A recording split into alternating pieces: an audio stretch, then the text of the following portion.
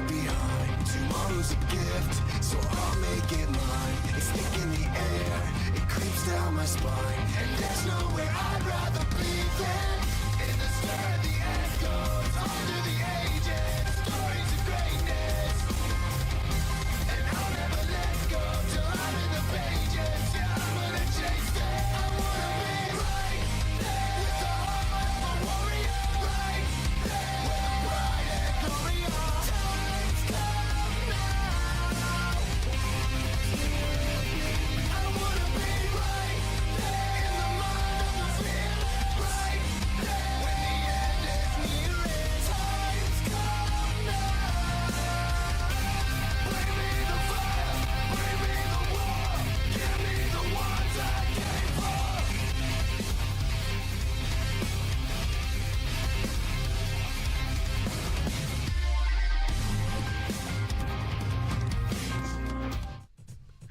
Welcome, ladies and gentlemen, to a brand new year, and welcome to a new beginning for Overdrive Championship Wrestling. With me, as always, is my partner in crime, the manager of champions. He is Stanley Brewer, and I am, as always, the 2.5 DPNG of power, Mr. Elias Storm. Welcome, ladies and gentlemen, to Glory. Stanley, how you doing this week? Well, you know, This year, actually. well, I mean, to start off the year, Steamboat Willie is now in the public domain. Not Mickey himself, but at least Steamboat Willie. So you know what? We're getting somewhere with this whole copyright bullshit. Maybe one day his Glory's theme song will enter the public domain. I wish it would. I'm tired of getting content ID'd for that shit. Facts. Yeah, no. Steamboat Willie, aka Beta Mickey Mouse, is indeed in the public domain now. Look out for that Disney. We're gonna find a way to sue you anyways. Horror movie drop. Also, Infestation 88 or wherever it is on Steam in a couple months. You know, honestly, that game looked kind of terrifying. I'm kind of excited to try it out. Which one? I know there's like a Steamboat Willie FPS that's like coming out or some shit. But you said there's a horror game now? Yeah, so there's a horror game called Infestation 88 or some shit, right? And it's basically Steamboat Willie, aka Mickey Mouse, hunting down this group of exterminators who are called to handle a rat infestation. And there's like the moth, and there's a bunch of like fucking like D-list horror villains in it, like the Mothman and a bunch of other shit. It looks cool. I'll send you the clip trailer after the show. Sounds good. And this is one thing I love. This is a whole different side tangent, but I just love when shit like gets into the public domain and you just see the most out there. Like, I heard it wasn't that good, but like the Winnie the Pooh one. Oh, we're getting a 2 because Tigger and Peter Pan also hit the public domain this year. Oh my god, I can just imagine Tigger like hopping on his tail and like stabbing a person multiple times, like by hopping on it. Damn, I want to see that now. Somebody go make that. Yeah, we're getting Tigger. We're getting Pooh and Honey in the Blood or some shit too. Obviously, that's going to feature Tigger, and we're getting a Peter Pan horror movie because that's also entering the public domain this year. Except like Disney, highly upset. It takes the actual existential horror of like Peter Pan like taking kids to Neverland for the rest of their lives. You mean the demon? Because he's the evil hero of the story. Yeah. Yeah, no, that's actually going to be absolutely fucking perfect. But speaking of perfect, one thing that's always close to perfect is, you know, the cards on both their respective shows. Mine's objectively better, but I want to see what you got on your plate tonight. That's a very not true statement. I'm putting on like first of all, this is basically the Indie Darling special mixed in with like WWE's greatest hits. But if you say so. With that being said, obviously opening up Glory tonight, ladies and gentlemen, we have probably the greatest light heavyweight match you will ever see in January. It's Daniel Bryan, aka Bryan Danielson, with his 2 points going up against Santos Escobar, currently still at 0 in round 2 Dream Open action. Everyone is very excited for this. Can Santos finally make his mark in the tournament and secure a victory, or will he go to... Wait a minute. What? Didn't Santos beat Woods? No, that was Carmelo. Okay, I was like, I don't sound right in my head. No, Okay. I checked and double checked. I did my job, even though I hate the stupid show.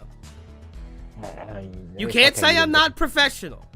Yeah. But will Bryan Danielson join Cody Rhodes as the only two men with 4 points in the tournament, or will Santos finally notch a victory and tie himself up with, honestly, like 3 other people? Kind of surprised the tournament's been going the way it's going so far. But with that being said, next up, we've got Triple Threat True Internet Championship My action. big fat ass.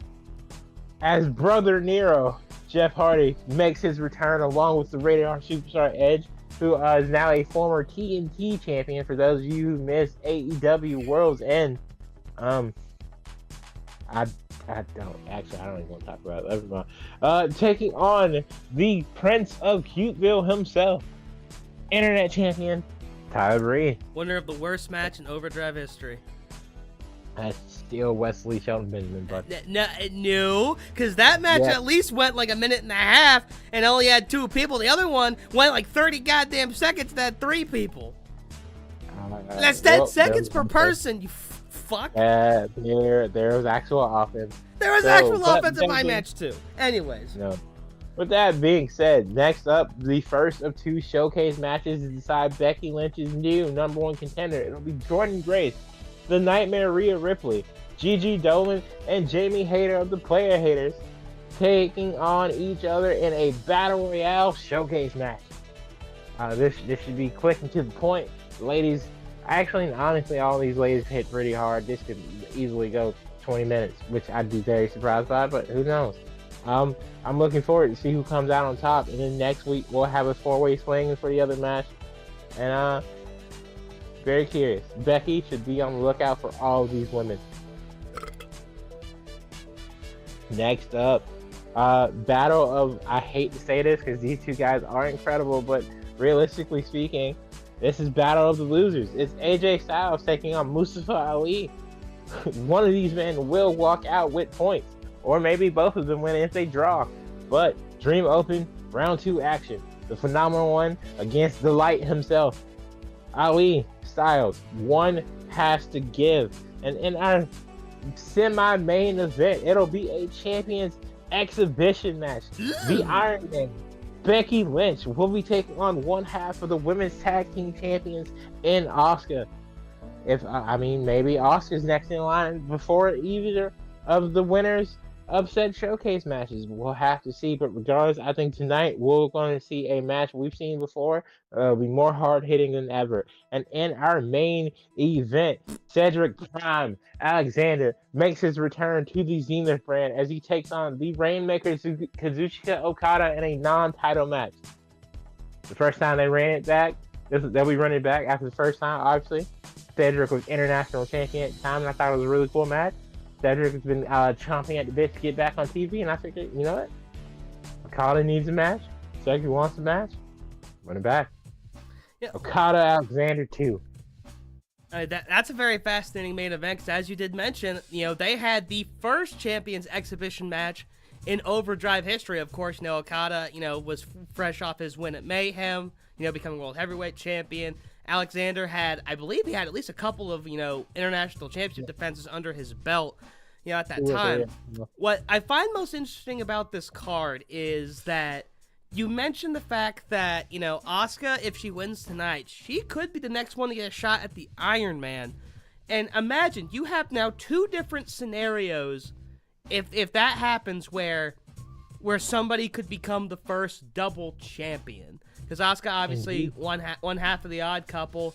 And if she becomes, Glorious Women's Champion, she could get that before Miro possibly cashes in.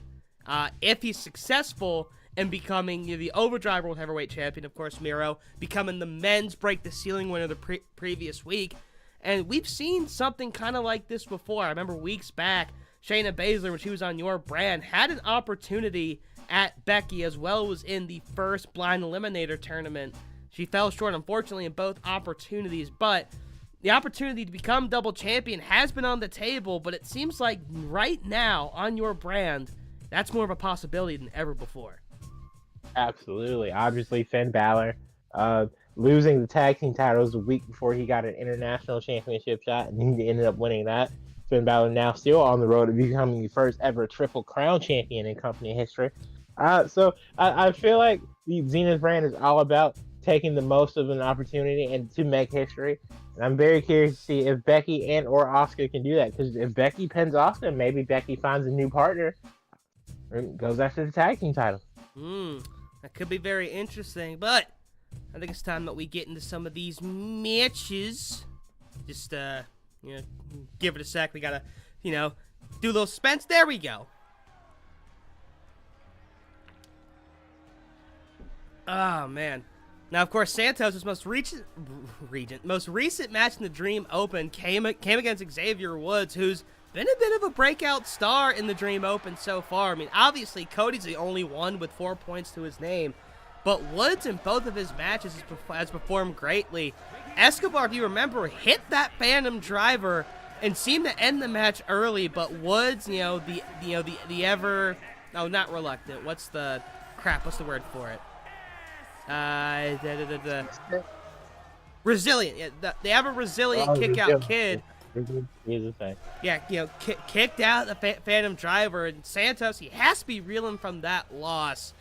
Obviously, he would like nothing more than to win tonight, because one of his stablemates, Joaquin Wilde, was internet champion for like a cup of coffee. So Legato's found a little bit of success, but Santos himself, the head honcho, the head of the stable, will say, not quite able to get that breakthrough victory, and right now this could be possibly do or die for him. I don't know. At this point, it's definitely do or die for Santos at this point. But what's wild is that Santos Escobar coming into the Dream Open was on a bit of a hot streak. Obviously, eliminating Lance Archer, the Murder Hawk, in the first ever Pick Your Poison Battle Royale, and then losing. And then again beating Lance Archer in a singles match after that, because Archer felt that he was the reason, clearly, that he was not Mr. Pick Your Poison. But with that being said, Santos just he's on a slippery slope. He gets to like a little bit of a medium high and then immediately back down. It's like he's smoking mids. If there's ever a time for him to make a statement, is here tonight against the American Dragon, Bryan Danielson. Bryan Danielson, it's strange because we haven't really seen him in any major championship opportunities, but Danielson has been one of the more consistent superstars here on the Zenith brand. Of course, he swept Chad Gable, who's also in this tournament, and picked up a huge victory a couple weeks ago against AJ Styles. And Danielson, before I can even finish that statement, he's on the outside, and Santos, I think is he going to go wee? I think he's going to go wee. Debating it. Looking for it. Finally going for it. Santos goes wee! Through the middle rope. Suicida. As I was saying, though, Danielson, he's found success on this brand, but obviously Dream Open has been his biggest opportunity so far, and I believe he's 1-1. Another Suicida by Santos! Yes, indeed. Bryan Danielson 1-1 currently in the tournament, 2 points to his name. But again, the Dream Open is all about creating opportunities for yourself. Bryan Danielson probably has one of the best winning records in all of Overdrive on the white or the orange brand. But he hasn't really just every time I felt like Bryan deserved a title opportunity, there was another name next to him that I felt just made more sense. And unfortunately for him, he's kind of been passed up because of that. But I wanted to take the 8 best guys, in my opinion, who weren't currently in the world title picture, to be in this tournament. And I feel like I picked the 8 best guys I could have. Some people may argue a guy like main event Jey Uso, Kofi Kingston, or even Big E should be in this match. But I feel like those guys are currently trying to be glorious tag team champions. And obviously, with the way FCR is looking right now, you need to be on your game. So I'm going to let those guys do their best. Bryan absolutely working over Santos right now. A little bit of offense, and then he just completely turned the tide. I mean, it seems like those two Suicidas did absolutely nothing to Danielson, because it's been all American Dragon since then. And whoa, wait a fucking minute! Electric Chair Driver, aka the One Winged Angel by Bryan Danielson there. What in the flying fuck are you trying to do here, buddy? Don't stop it. What Stop are it. you planning? First of all, stop it, because I already had a conversation with No, Cody I about like why- being extra. Because I already had a conversation with Cody about why he felt the need to attempt to interfere. Because I'll say it didn't really matter in the end, but attempt to interfere in MJF's match with John Moxley, and he just said he felt he needed to remind people about who the F he was, and I was like, all right, bro, you got it. Fair enough. Nah, you're plotting something. I know you're plotting something. It's supremacy season. I know you're plotting some shit. But you know, we'll argue about that in the back later. Here's the cover by Danielson. 1, 2. Out of 2 is Santos. I mean, look. If Brian wants to reassemble the Blackpool Combat Club, even though nobody's from Blackpool, that's on him. If Kenny Omega wants to work in a one-on-one match with Brian, the two people I feel like have the claim to be the best professional wrestler on the planet. Oh, Brian, STF locked in, middle of the ring. Santos got to fight out of this under his own will. Into the label lock, ladies and gentlemen. But will it be enough? Santos writhing. He's fighting it, but how much fight does he have in him? Oh, just enough to roll out the way. Oh, Santos now. But Brian returning the favor now. Oh, Brian. Some kicks. Those kicks. Oh, knee to the face. Mean. And Brian could be looking for that psycho knee now. Santos slow to get up. Brian, Irish whip. Oh, he misses the drop kick. But Santos still running the ropes. I pray to God that's not a result of CTE for either men. Oh, combination and another lethal set of moves there. But Santos Brian, spinning Rooney's striking. back up. Another hits that drop kick though. That's one of the thing about Brian. He's always been a smaller guy, but he's always had offense that packs a real punch, especially those kicks. Oh, Santos though. He's trained with some of the best over the years. Santos fighting. Oh, Santos might be looking for something. Boston Crab, maybe? Turns him over. Got it locked in, Santos. And again, that short. Oh, no, he's stepping out of it. Oh, no? Oh, wait, Brian reverses it. Countering. Cover. 1, It's going to be funny. 2, 3, and he does it. Damn. Brian That Danielson. Technical ability of the American Dragon paying off 20+ years into his career, ladies and gentlemen.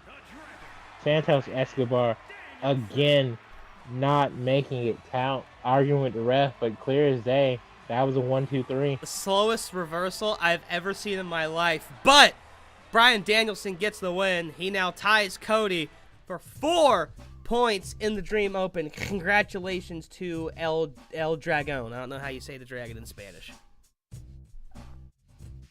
How do you say dragon? Wait, no. I would consult the G-Man. No, I think it's just Dragon. I used to watch Lucha Underground religiously, and his name was El Dragon Azteca. Yeah. Oh, well, all right, well, there you go. Shit. Yeah, Dragon Lee's name is also just Dragon. I think it's just Dragon. He's just El Dragon. El Dragon Lee. I think that's one of the ones that just doesn't get translated. I just love that. Like they say like all like this like because I don't know Spanish and I'm not gonna pretend I do, but they say all the words blah, blah, blah, blah, blah. El Dragon Lee. Yeah. Lucha Underground's on the list, I swear to God. 'Cause you see the highlights all the goddamn time. Like, people still remember the fuck out of that thing. It was such a good promotion, bro. I hate it went out the way it went out because of contract disputes and they weren't paying people and a bunch of but it was so fucking fun. It's always not paying people. It's they tried to bring it back in MLW with Azteca Underground, but it just wasn't the same. It didn't work out. I mean, it's like it's always either not paying people or not getting a TV deal. I swear to God. Yeah, but we pay people, and speaking of people who are being paid, next up is the Real Internet Championship, founded by the Matt Cardona, who I haven't seen in a while. Because he fucking lost it. Yeah, he's upset. I mean, but he still got like 7 other championships. I heard he was like trying to get the NWA title back. I was like, hey, yo, bro, do your thing. I just need you in like 3 weeks. Well, making his way to the ring right now, someone who Cardona is actually very familiar with, a former international and TNT champion, rated R, Adam Edge Copeland. God damn, you can actually really see his package through that tights. Holy shit. All right. And of course, Edge, being the veteran that he is, we give him the pyro treatment. I mean, he does kind of help us pay for that a little bit, so that's also appreciated. And shout out Adam. You know, he's a millionaire, so he be throwing bread in and down there. Have you seen any of his movies? I've seen him in the Percy Jackson series, or at least I've seen clips of him in the Percy Jackson. Wait, he's series. in the Peter Johnson series? What god does he play? He's Ares. Oh, okay, I can see that. Yeah. Also, I've seen him in like I want to say he's in Vikings or something, right? Yeah. I've seen clips of him in TV shows. Oh, I don't think I've watched. Like peak beard Edge? Yes, I definitely can see that in Vikings. Yeah, I don't think I've watched like a full piece of content with him in it outside of wrestling, but I've definitely seen him like in a bunch of like clips online and different stuff. I'm like, oh shit, that's Edge. I mean, well, because that was his whole thing after he had to quit wrestling. It was, you know, oh damn, you know, Hardy helps us pay for that too. Thank you, Jeff. I forgot how much pyro we have. Jesus Christ. Shouts out to Greg. He's wearing multiple hats back there. But like, yeah, that was like Edge's whole thing when he had to quit wrestling and became an actor for a little bit. I guess he still is technically.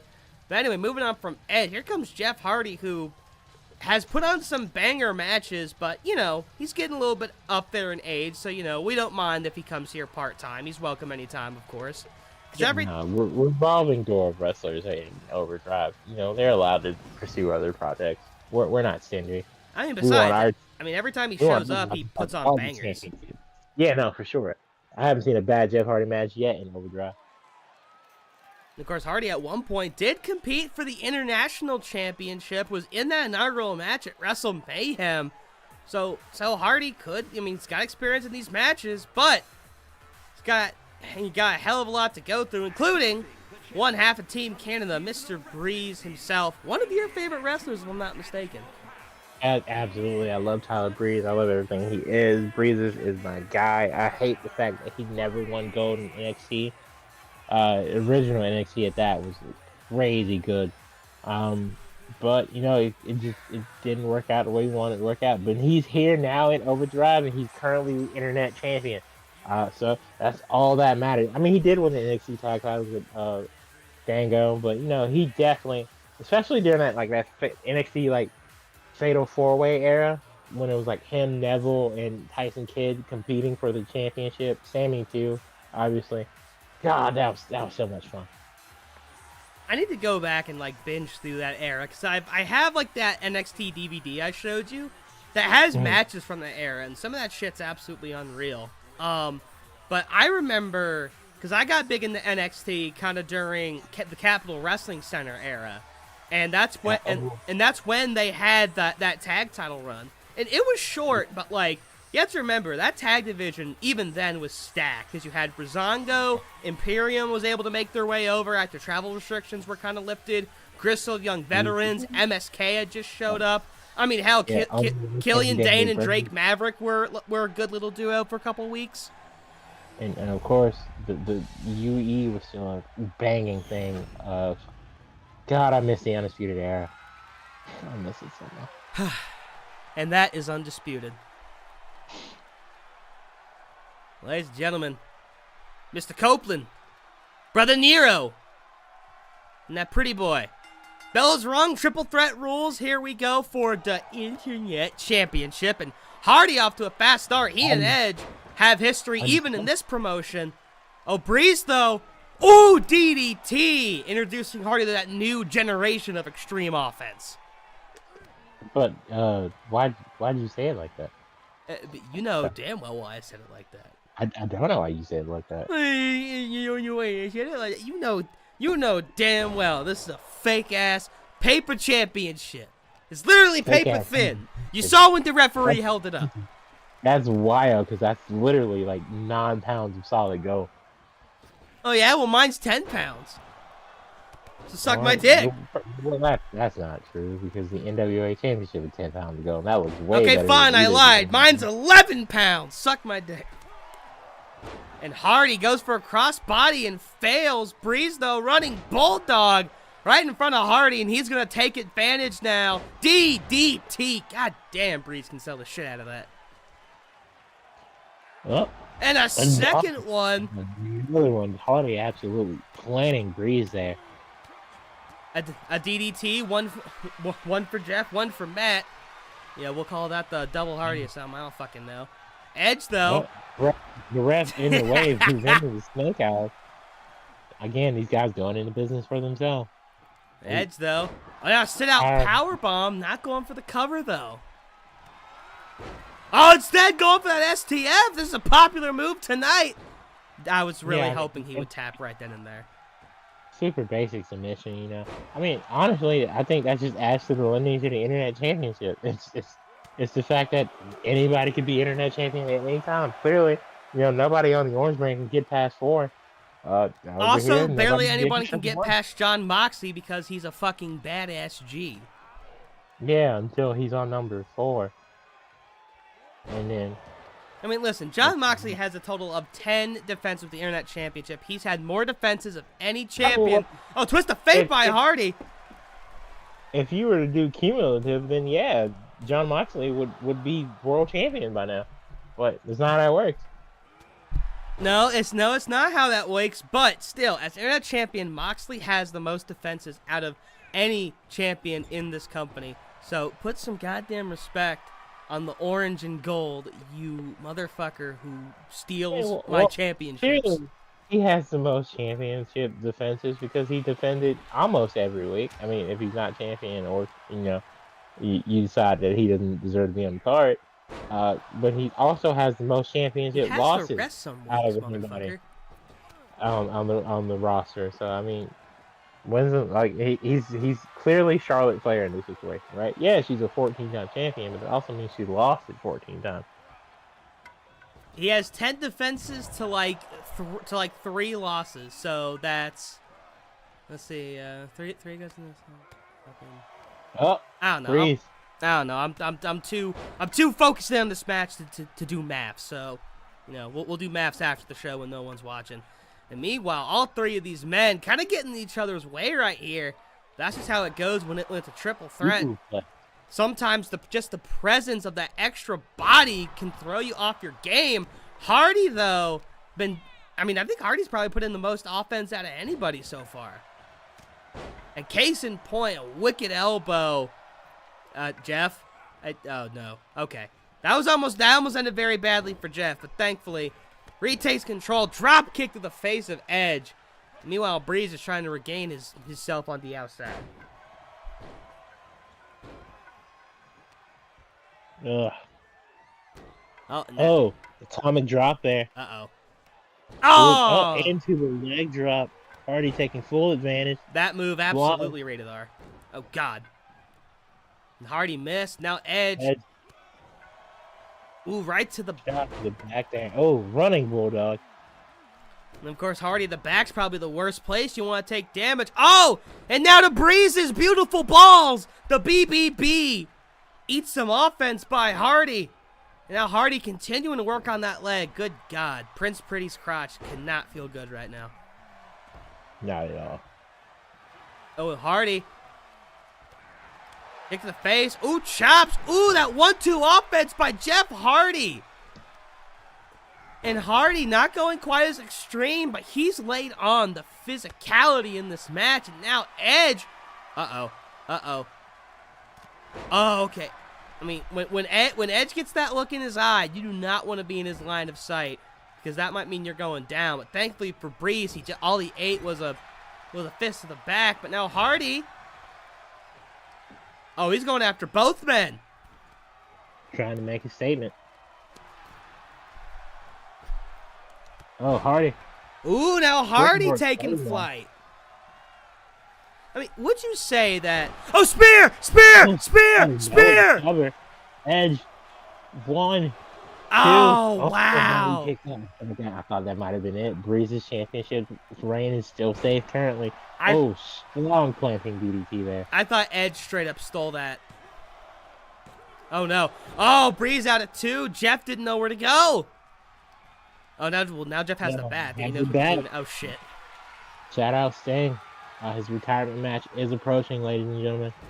Daytime. It needs to be Darby, like, for that match. I don't think it will be, honestly. I feel like it'll be a tag match because they're undefeated as a tag team. They're like 25-0 as a tag team, or should I say, in a tag/trio situation. Any match where they are a part of the tag team as a duo, undefeated. Oh, Edge hits that DDT. Both men are down. Oh, he's got that look in his eye. Who's he gonna choose? It looks like Breeze. Breeze eats it. Spear in the middle of the ring. Oh, but Hardy's right there. Oh no, Edge. Execution! DDT. And now he's gonna pin Hardy. Oh! Oh! Hardy kicked him out now. Oh, does he? And Breeze is back up now. Honestly, Jeff Hardy playing the perfect spoiler there. But honestly, Edge should have pinned Breeze right there because Breeze was down the entire time. That Hardy was down and kicked out. Edge hold. Breeze maybe looking for the unprettier or you know. Super kick! That works too. The prettiest super kick in the game. Breeze now calling for it. And I think Jeff's just gonna let him hit it. Oh no, Jeff runs interference. But Breeze knee to the face. Edge is down. Wait, Hardy now. Oh, follow away powerbomb. And Edge rolls out. He's on his feet, but he's clearly not all there. And now shots to the pretty face, the moneymaker. And Hardy trying to turn Breeze into one of the uggos that Breeze despises so much, except for the ones that give him money. Oh, Edge, though, planting Breeze in the back of his beautiful head. What a match so far, ladies and gentlemen. Oh, and Edge is mad at Breeze for some reason. I mean, well, the fact this match is still going, right? Edge, second rope. Tried to go for a second rope spear, but he whiffed. This could be Breeze's opportunity. Stiff elbow. Now here comes Hardy into the ring. Oh, Breeze! He hit them both! He hit them both with that kick! Oh my god. Edge kicks out. I honestly thought Breeze had it there. Breeze got 2 for 1, but Hardy was still on his feet. I don't blame Breeze for going for the easier cover right there. Oh, and he gets planted on the bat. Hardy now. You know, where the fuck did the Hardys get those damn pants? Like, I've never seen anybody else wear those kind of pants. I'm assuming it was like, well, nah, because fucking whatchamacallit wasn't the thing when they were younger, too. Oh, shit, Edge! Out of nowhere! Edge is your new internet champion. And Edge captures his second championship here in OCW. The Rated R Superstar. Blood on his face, but now 9 pounds of gold around his waist. I'm not even sure what he hit him with. Like, I didn't think that was gonna win it. But you know, anything can happen here in OCW. You know, sometimes it's the simplest move. Oh man, congratulations to Edge. Well, so if Edge wins another championship, would that make him a Triple Crown winner? Would you count that, or? Yeah, but I don't think it's like the Triple Crown. You know how like Ricochet is like the mid card Triple Crown because everyone makes fun of him for that.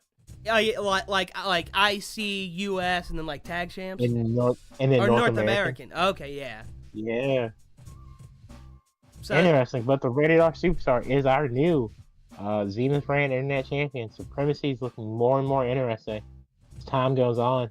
But the thing is that with the Internet Championship, that belt has changed hands every single match. Cardona dropped it to Wild dropped it to Breeze, and now Breeze dropping it to Edge. I think your belt's cursed. More cursed than mine is. Honestly, I mean, that's fine. I think that just shows the Internet Championship is just that, coveted. I think it's a championship that everybody's like, you know what? I think this is a title where I can have fun. And as far as I'm concerned, as long as they're having fun and the matches are good, I mean, look at that. Diesel Day just teched it. 4 stars. I don't know how you pulled that explanation out your ass, but you know what? I am not going to ask. Getting on to our next match. This is kind of unique. A 4-way over-the-top battle royal. And of course, as you mentioned, winner of this match goes on to a qualifying match to challenge the Iron Man. And speaking of, here's the first person to ever challenge the Iron Man. One of the highest draft picks, for the women's division in OCW, one Jordan Grace. No, yeah. Shout out Jordan. Obviously, she's been making her way back up the card, slowly but surely winning matches here and there. Unfortunately, obviously that match at Wrestle Mayhem didn't go in her favor, and then she teamed with Becky in the original Blind Eliminator tournament, decided tag team champion. That didn't go the best either. So you just kind of have to wait and see your approach here. It is what it is, but I think Jordan has a very bright future. And eventually she will be holding gold, whether that's the Glorious Women's Championship or the tag team titles is yet to be seen. Or in the alternate timeline, probably holding more gold in TNA. Oh yeah, that's also fair. Or maybe she gets drafted to Pride after Mayhem this year, and then she wins the Pride for Women's Championship. All real possibilities. Yeah. I mean, as we said many times before, anything is possible. Yeah. Speaking of the Orange Brand, a former member of the Orange Brand, Rhea Ripley. And she's been on the precipice of greatness so many different times, but just has not been able to get there. Had 2 chances to get in to break the ceiling. Couldn't make it. Of course, she was in the Defiant ladder match, back when she was on the Orange Brand, all the way back at Defiance. Well, now, another opportunity to get an opportunity at the Glorious Women's Championship. But I feel like we're going to see, she's already a pretty angry person. I think we're going to see an angrier version of Mommy in this match and in the coming weeks. Because she cannot be happy that she's been futile in all of her efforts to capture gold, on either brand. But still moving, still with the entrance, still moving with that, I don't know, that slow, just, demented. Methodical walk, yeah. Yeah, with that demented look in her eyes. And staring down Jordan Grace. And now looking towards the ramp for the next entrant in this match.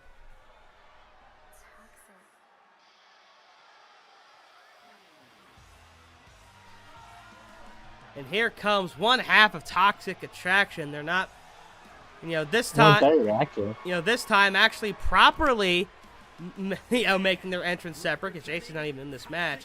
Here comes Gigi Dolan. And Toxic Attraction coming off of a close but unfortunate loss against the Odd Couple at Break the Ceiling. But now Gigi can do something that Mandy has not been able to do, and that's, actually try to find success as a singles competitor. But obviously, some very stiff competition to go through. But what a victory this would be for Gigi as an individual and for Toxic Attraction as a group who's just trying to find any kind of positive momentum. No, that's very true. It's a very real thing. Obviously, Toxic Attraction is all very talented, but they just haven't really found that gear yet when it comes to taking that next step. But again, it's professional wrestling. Anything can happen. It's only a matter of time, in my opinion. Fucking TNA can come back and Wrestle Kingdoms tomorrow, so... Which, I'm actually gonna watch that. Like, that's gonna be, in the fucking early-ass hours in the morning, right? Yeah, it's like the butt fucking early morning. It's like 2 a.m. See, I'll just stay up for that shit. I'll just pull it on later, because I have the NJPW subscription, and I'm like, this is what I bought it for. So I can watch Kingdom. Yeah, take it full advantage. I hope just, if you wake up to a bunch of text that, whenever the hell you wake up, and it's like, who the fuck is this guy? Oh my god, that Moonsail, just shit like that. You'll probably have 100 texts by the time tomorrow morning. All right, yeah. Thank you for letting me know I need to mute my phone. And I can just imagine you giving an individual answer to each text. First of all, this guy does this, this, and this. Second of all, yeah, that's a great moonsault. That's kind of his thing. Third of all, why the fuck did you send me 137 goddamn messages when you know I'm trying to sleep? That's usually how most of our exchanges go. And meanwhile, we completely skipped over the entrance for Jamie Hayter. Of course, the player haters becoming one of the more popular tag teams in OCW as a whole. And Jamie, of course, absolutely no slouch as a singles competitor. Oh, Jesus, Gigi planting Jordan Grace. Oh, and Jamie's the first one to go. That did not take long. That's heartbreaking. Jamie, we are so sorry. We love you. The player haters have been steadily climbing up the ranks, and honestly, I could definitely see them being the next in line to challenge for the tag title. But that was gotta hurt for sure. Absolutely. Oh, what a nice ass looking senton by Jordan though. But like Gigi almost immediately went after the biggest dog in the fight in Jordan Grace, and Gigi showing that aggression, showing that she wants to find that success, not just for her, but for Toxic Attraction as a whole. And now going after Mommy. Oh, Jordan, though. She wants that revenge. Yes, she should. God, I think I felt the fucking earth shake with that spine buster. Jordan Grace. Strong as hell. And right now, it's got a leg up on both women. But can she do it? The difference, Rhea Ripley obviously has been searching for that win here on the Zenith brand. She's been involved in some decent matches. She's definitely put on a show, but obviously Cora Jade was the upset of the century over her earlier. Mm-hmm. And I don't think she's really recovered from it yet. Honestly, none of Judgment Day has since losing all of their gold, which she clearly wasn't happy about when she got moved on over to this brand. Ooh. I mean, of course, Rhea probably wanted to try to, reinvigorate Judgment Day. As you said, they lost the gold. Finn went and won the international title, but Dom and Priest failed to recapture the Glorious Tag Team Championships. And Finn was only international champion for a short time, of course, losing it to Edge. And, of course, Edge, just a second ago, became a two-time champion. Oh, Jordan's out on the rope. Oh! Gigi finishes up what Rhea started. Would you count that as random tag team maneuver school? Yeah. Sometimes it just happens. Random tag team maneuver school is such a beautiful thing that you just gotta take advantage of it when you need to take advantage of it. Absolutely, and Gigi took advantage. Speared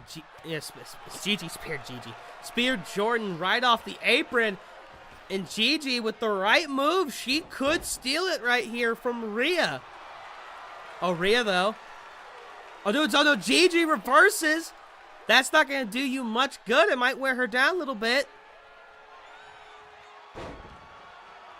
Honest to God, I really thought Rhea was going to pick her up for a riptide. Oh, instead Rhea, though, looking to clothesline her out. Oh, wait, no. She might be looking to throw her out.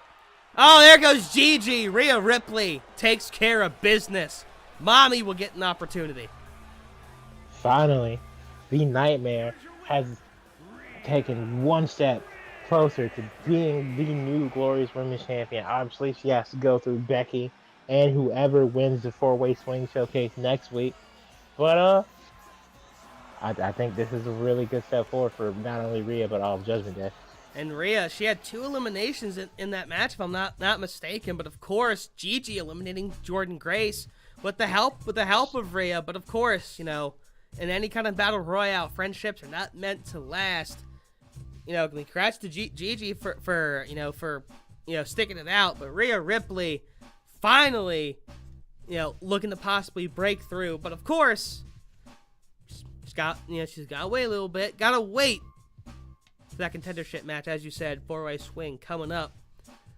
Speaking of coming up, next up, 2 men searching desperately for any scrap of momentum and points that they can get in the Dream Open. The Battle of the Basement Dwellers, the phenomenal Uno, AJ Styles, and the Light himself, Mustafa Ali. Now, I'll say this. AJ's kind of another one of those, older part-time guys. AJ's definitely just kind of happy to be here. And he helped propel the singles career of Otis. Gable beat AJ very recently, and Gable got his first port to the Dream Open. So AJ obviously doing what veterans are supposed to do, kind of giving the younger guys the leg up. But, I mean, AJ might be in his 40s, but, I mean, we saw him on TV recently. Dude's fucking jacked as shit now. Dude's jacked as shit. And honestly, what's wild is, I didn't sign AJ to be enhancement talent. Like, he's not Cassius Ohno. Shout out Chris Hero. Like, what NXT ended up doing to him. AJ Styles is 100% here to prove that he's still one of the best professional wrestlers on the planet. They can still be champion. It's just, these young guys are showing that iron sharpens iron. And, maybe they're just a little bit sharper than AJ. Speaking of Chris Hero, did you see he had his comeback match at West Coast Pro? I did not, but shout out Chris Hero. Wasn't a bad match. I actually watched a good amount of that card because I just happened to be on YouTube and like, oh, hey, you know, we're live with this. And I was like, cool. And it took me a second because I've only known him as Cassius Ohno. I was like, I was like, wait a minute. Well, actually, no, I saw the promo they had for earlier that day because he was going up against Timothy Thatcher. And I was like, that's a good match.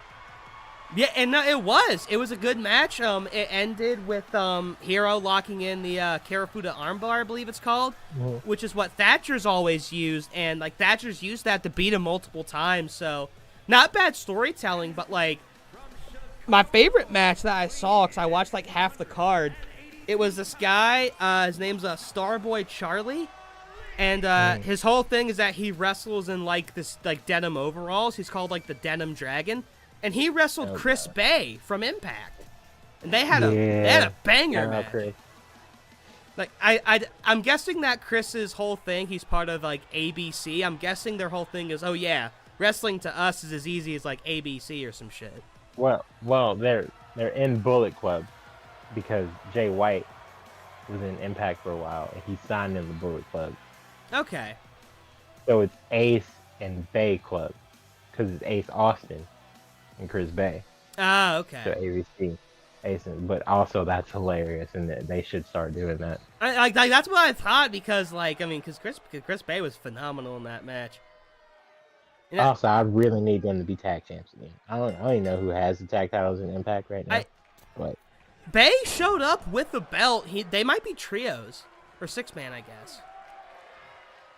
He showed up with the belt. Maybe they were tag champs. Now they got him back, which means they cash in their Feast or Fire briefcase. Cool. Oh, they're doing like Feast and Fire for tag teams now?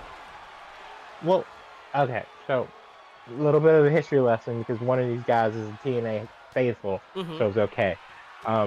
Feast or Fire has 4 briefcases, right? Depending on whatever championships were around during the time period in TNA. But more often than not, it was the tag team titles, the X Division title, and the World Heavyweight Championship, right? And then the fourth briefcase was you're fired, right? Which was a storyline way to get people who were leaving the company out. Or a storyline way to like get sympathy for somebody who ended up weaseling their way back into the company. Yeah. Or gifted their way back into the company, whatever, right? LA Knight got one of those briefcases at one point, I think. I'm not sure if it was the Fired, if it was like a title shot, but I know he got one at some point. Yeah, back when Drake Maverick was still Spud and EC3 were in TNA, they both competed in TNA. Yeah, that's great. He was Rockstar Spud. He won TNA's like version of Tough Enough. It was like boot camp or something. No, it was like Gut Check. Gut Check, I think. Yeah. That's funny. And so they would compete in Feast or Fire. First 4 people to get a briefcase and take it down and get out of the ring, etc., etc. And they brought back Feast or Fire last year, and ABC got the tag team. Okay. I didn't know they had already cashed in. Yeah. Oh, Ali now. And Ali, we didn't really talk much about him. I mean, Ali is somebody who's, again, he's had some of those big title opportunities, but really since his early days of competing for the international title, has just been looking for that next big victory. What a victory it would be to get one up on the Phenomenal One. Oh, is he looking for the forearm already? Oh my God. AJ, come on. Okay. Missing. Why you gotta bury him like that, AJ? I thought you were better than this. Ali now looking for the 054. You put Mansoor over twice, but not Mustafa. Please tell me I was wrong. 1, 2. Oh, kick out. the reverse 450, not in all the way, That crazy was move, right? fucking The fact nuts. hitting a 450 backwards is insane to me. Ali, Oh my oh, god. planting AJ on his face. That was nuts. No, again, this is what Overdrive is all about, countering. Ali Ali. Ooh. planting AJ. Is he going back up top? I think Yes, he he is. is. It's a place he Whoa, calls whoa. home. He's got a vacation home up there. Oh! Oh, looking for a senton there. He lands his ass right on that, hardwood with no padding. Chairman by Styles. What a move there. Now I'm curious, because AJ's always had... Oh, AJ! STF! STF! Locked in. I've never really seen AJ being much of a submissions guy, but, he's the phenomenal one. He can do anything. Ali fights out, though. You know he has the calf crusher, right? I honestly forgot. Fair enough. A swinging Swing neck breaker. leg breaker. Oh, Ali. Oh, Ali up top. Well, we see it. He's got real estate up there. Senton, no. leg drop, leg connect drop. this time. Cover. Number one. Number One, two. Oh, two. couldn't get the three, brother. Kick out. Not enough. You're going to need more than that to take out AJ Styles, unfortunately. Oh, and AJ tripping up Ali. Uh-oh. Oh, here it is. Oh, AJ. What the fudge nipples was that? We haven't seen that from AJ in a long time. Cover! One. AJ wins. AJ Styles going for that corkscrew. I'm sorry, that springboard 450. It turned into a springboard 450 clothesline. Wow. I think AJ was doing that to show Ali, hey, listen, this flippy shit you could do, I invented the flippy shit. AJ Styles, that might be his first victory in Overdrive, I'm not gonna lie. No, AJ's definitely won matches. Don't quote me, obviously, because I don't have a spreadsheet in front of me because we still haven't gotten that set up yet. But no, AJ's definitely won a match before. But this, honestly, was much needed. Unfortunately, Mustafa joined Santos as the only two people in the tournament with 0 points still. But, Daniel Garcia had 0 for a hot minute. He turned out all right in the Continental Classic. But, yeah, AJ Styles moving up 2 points. He joins the likes of... well, he's in Group B, Xavier Woods, and Chad Gable. And Chad Gable in his group, of course, Gable, I don't think he hasn't had his round 2 match yet. I don't think. Now, I'm sure he'll be on the card next week. But AJ, at the very least, for right now, he keeps himself in it. Ali, I don't know. I just feel bad for the guy at this point. No, for sure. But interesting enough, Daniel Bryan Bryan Danielson, the American Dragon, and Cody currently have 4 points apiece. That's right, and Danielson, of course, in Group A, and then Cody in Group B. So both groups, clear leaders emerging. We could be looking at the finals, ladies and gentlemen. But we still got at least a month more of action in the Dream Open. We're going to stretch this out and make it as amazing as possible for as long as we possibly can. But with that being said, in our semi-main event, ladies and gentlemen, women's singles action. Asuka Lynch Champions Exhibition. And of course, this is the first ever women's champion exposition here in OCW. And it's interesting because, we talk about it all the time. Becky Lynch, one of the only forever reigns left here in OCW. Asuka, though, you could make the case, even with less time as a champion, no one's really been able to touch the odd couple. And of course, Asuka being the one to get the tap out with the Asuka locket, break the ceiling. So if you really want to get super duper technical, which I always do because I am who I am, we got 2 forever reigns on our hands right now. Yeah, absolutely. The Zenith brand is showing that women's wrestling is the standard. Obviously, Becky, an impressive run, knocking off the likes of Shayna Baszler, Jordan Grace, Bianca Belair, Cora Jade. No one has been on her level, and then obviously Asuka, I don't think she's lost a match since entering the blind eliminator tournament with Charlotte. And same thing for Charlotte. This is a very real opportunity to see who is head honcho, obviously. But the thing about Asuka, right, is that in the alternate universe, Asuka was kind of that one person who always had Becky's number for the longest time.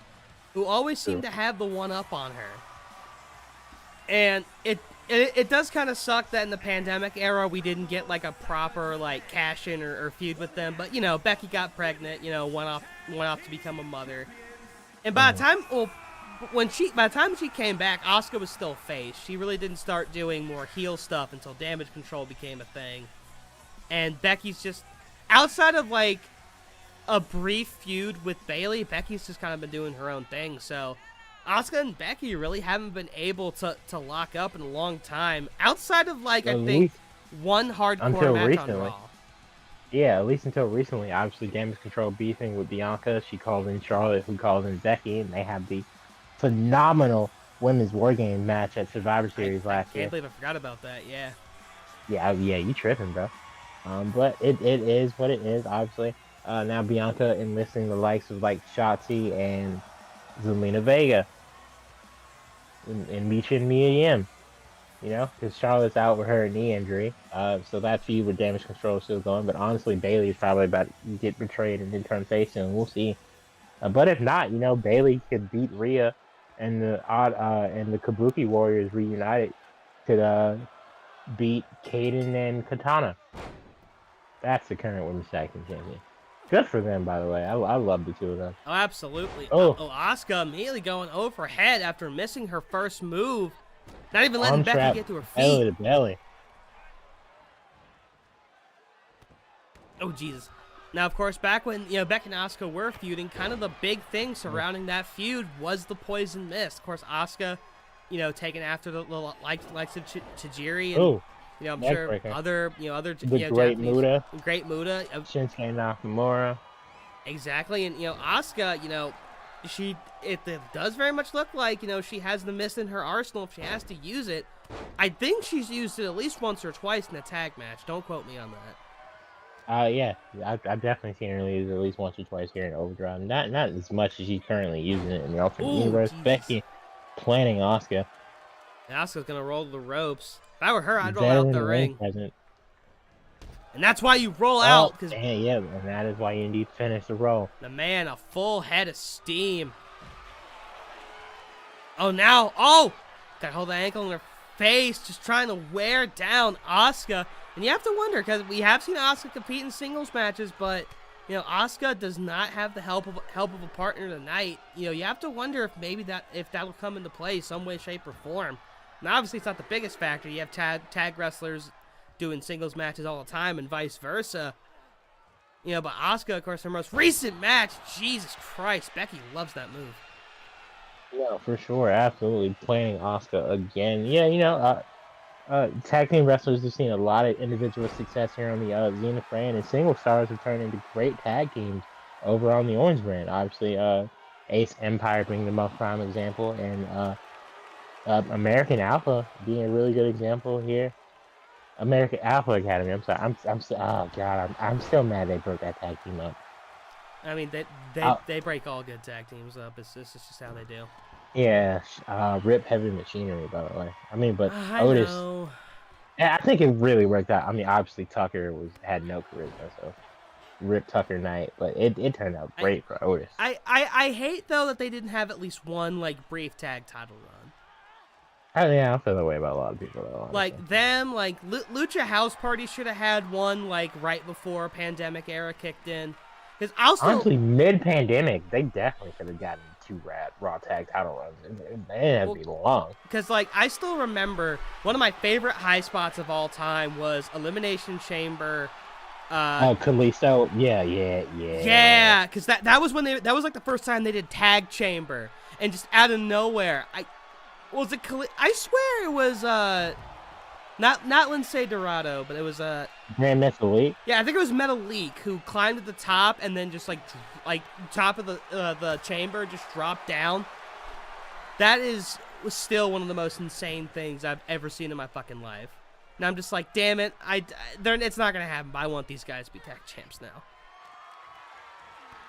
No, they had a lot.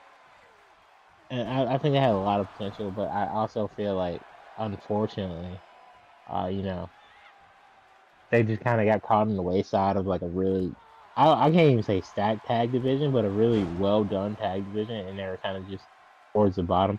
And Also, I don't know if you remember, but the Forgotten Son's coming back for a cup of coffee. Oh, Oscar Lock, middle of yeah, the ring. I was actually gonna mention Grandmaster Leak. I don't know if you've seen. Oh God, what's the Power Ranger? Which one is it? Well, Megaforce. Yeah, oh, the Gold Ranger from Megaforce. He wore his battle armor with all the 6 Ranger fucking things on it for his Elimination Chamber gear, and I thought that was really cool. oh shit. Oh, Asuka, ass to the face. I will say I have seen Lince Dorado on the Indies. I saw him at the DPW show I went to. Oh shit, Asuka, another Asuka lock. This time really in the middle of the ring. Oh, The Becky's man countering it again. They know each other so well at this point. Metalik and fucking Kalisto have been on AEW once or twice. Hell yeah. So they're doing well. Oh, Becky, a little exploder action into the corner. Oh, cover. No haluba kick needed. I don't know if Tijuana's going to like that. And Asuka sticking up for Tijuana with the kick out. Yeah, shout out El Generico. Honestly, I feel like Mexico is such an untapped like potential for like the casual wrestling fan because they don't watch like CMLL, they don't watch Triple A. Nah, I can definitely see that. I mean, again, we talked about Lucha Underground and all the crazy shit that happened there. Oh, Becky. Yeah, and that was in fucking Boyle Heights, California, bro. Oh, like, God. Oh, Handmandle Slamma Jamma. Here's the cover. That's put just about everybody away. 2, oh, but not Asuka. At least not yet. I think we're gonna need one more. Becky, panicking for a moment, but immediately regaining her composure, and that's the composure of a champion. Oh no! Wait a minute! No, she lost her shit. Full steam ahead, and she missed. Asuka, the smart thing, rolling out. I think Asuka just told Becky to cry her a river. Yeah, Asuka. Stiff knees to Becky. Nah, as you said, these two know each other so much. I guess Asuka able to shield herself a little bit somewhere in that manhandle slam. Able to kick out at 2.7672932. And right now, I mean, I don't know what a count-out victory would do. I mean, you're the commissioner here, but Count of 6.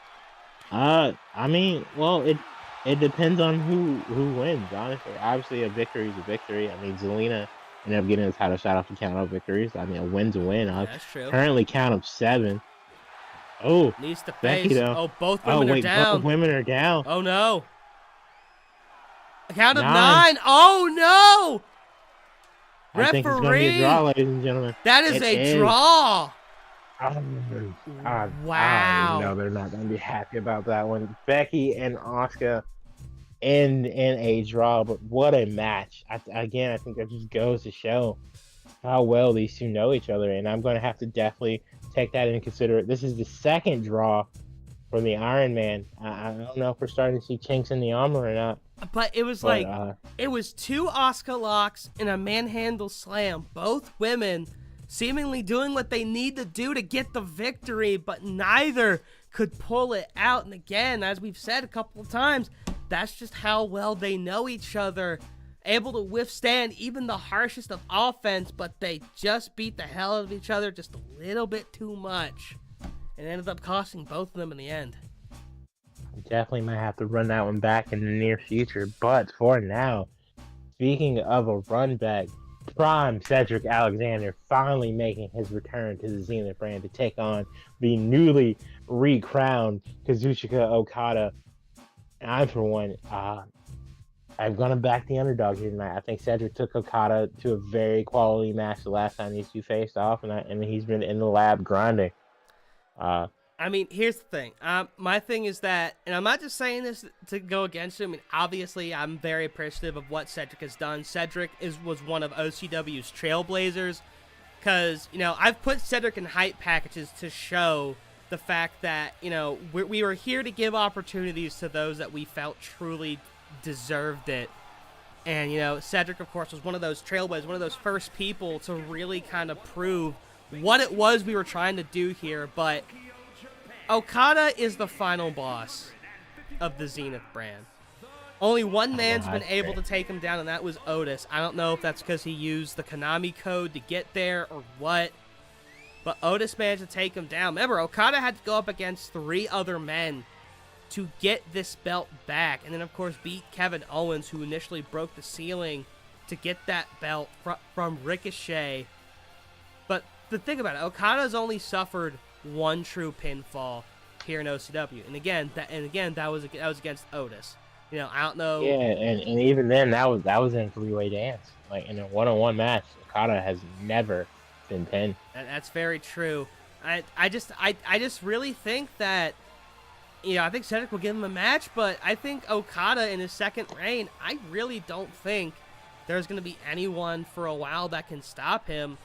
I mean, I think Miro's has the best chance out of anybody right now, and not just because he has break the ceiling, but just because of how hot a hand Miro has had. But, you know, Cedric Alexander, as we said, he is the trailblazer after all, and maybe, just maybe, he can blaze a new trail for himself. A win tonight would be astronomical for his career going forward. And of course, that entrance. We're gonna see tonight. That entrance shot used to be used in the Glory intro, which, if anybody noticed, we had new clips for the Glory intro tonight. So, yeah, you're welcome. Yeah, a great job by Greg and the production team in the back. Shout out them for sure. I don't know. I want every person on my roster to succeed, but as a longtime friend and a friend and fan of Cedric, especially like after watching him compete in the Cruiserweight Classic back in 2016, and we were robbed of ever getting another one. Damn you, Vince McMahon. I don't know. There's something about him that's always like kind of drawing my eye, and I really want him to continue to succeed here in Overdrive now that he's back from his very long hiatus. But meanwhile, the aura of the champion and former champion are keeping this ref pinned in the corner. Jesus Christ. Now Okada, the current Overdrive World Champion, taking control very, very early in this match. Oh, and another senton. Standing senton, that is. Oh, a third one. Third. I think Okada, once again, is trying to prove a point. Maybe he feels like he should have never lost the Overdrive World title in the first place. Again, that was in that 3-way dance. Okada is definitely of the opinion that, you know, title matches should be one-on-one, man-to-man, and he's proven so far that when it comes to that stipulation, it's very hard for him to be beat. And Okada out at 1 after a phenomenal springboard clothesline. But Okada going back to those sentons, seemingly working the upper body of Cedric. Oh, Cedric's already up. That caught Okada off guard. Cedric. This is 100% an opportunity you have to fight for. Wow. Oh, leg drop there. And these two so powerful, it is lagging the entire reality that we live in. I don't know. I mean, maybe this is a renewed Cedric. You know, we talk about auras all the time. Maybe that championship aura truly is back. Knee to the Stumac. Again, Cedric's knees are probably some of the best in all professional wrestling. That lumbar check is very dangerous. Oh, Okada, though, rolling out. He hadn't want none of that check, but remember, Cedric lives on the top rope, rent-free, crossbody. Crossbody. What a move there, ladies and gentlemen. And this is the prime Alexander that I think we all recognize. He's taking it to the final boss right now.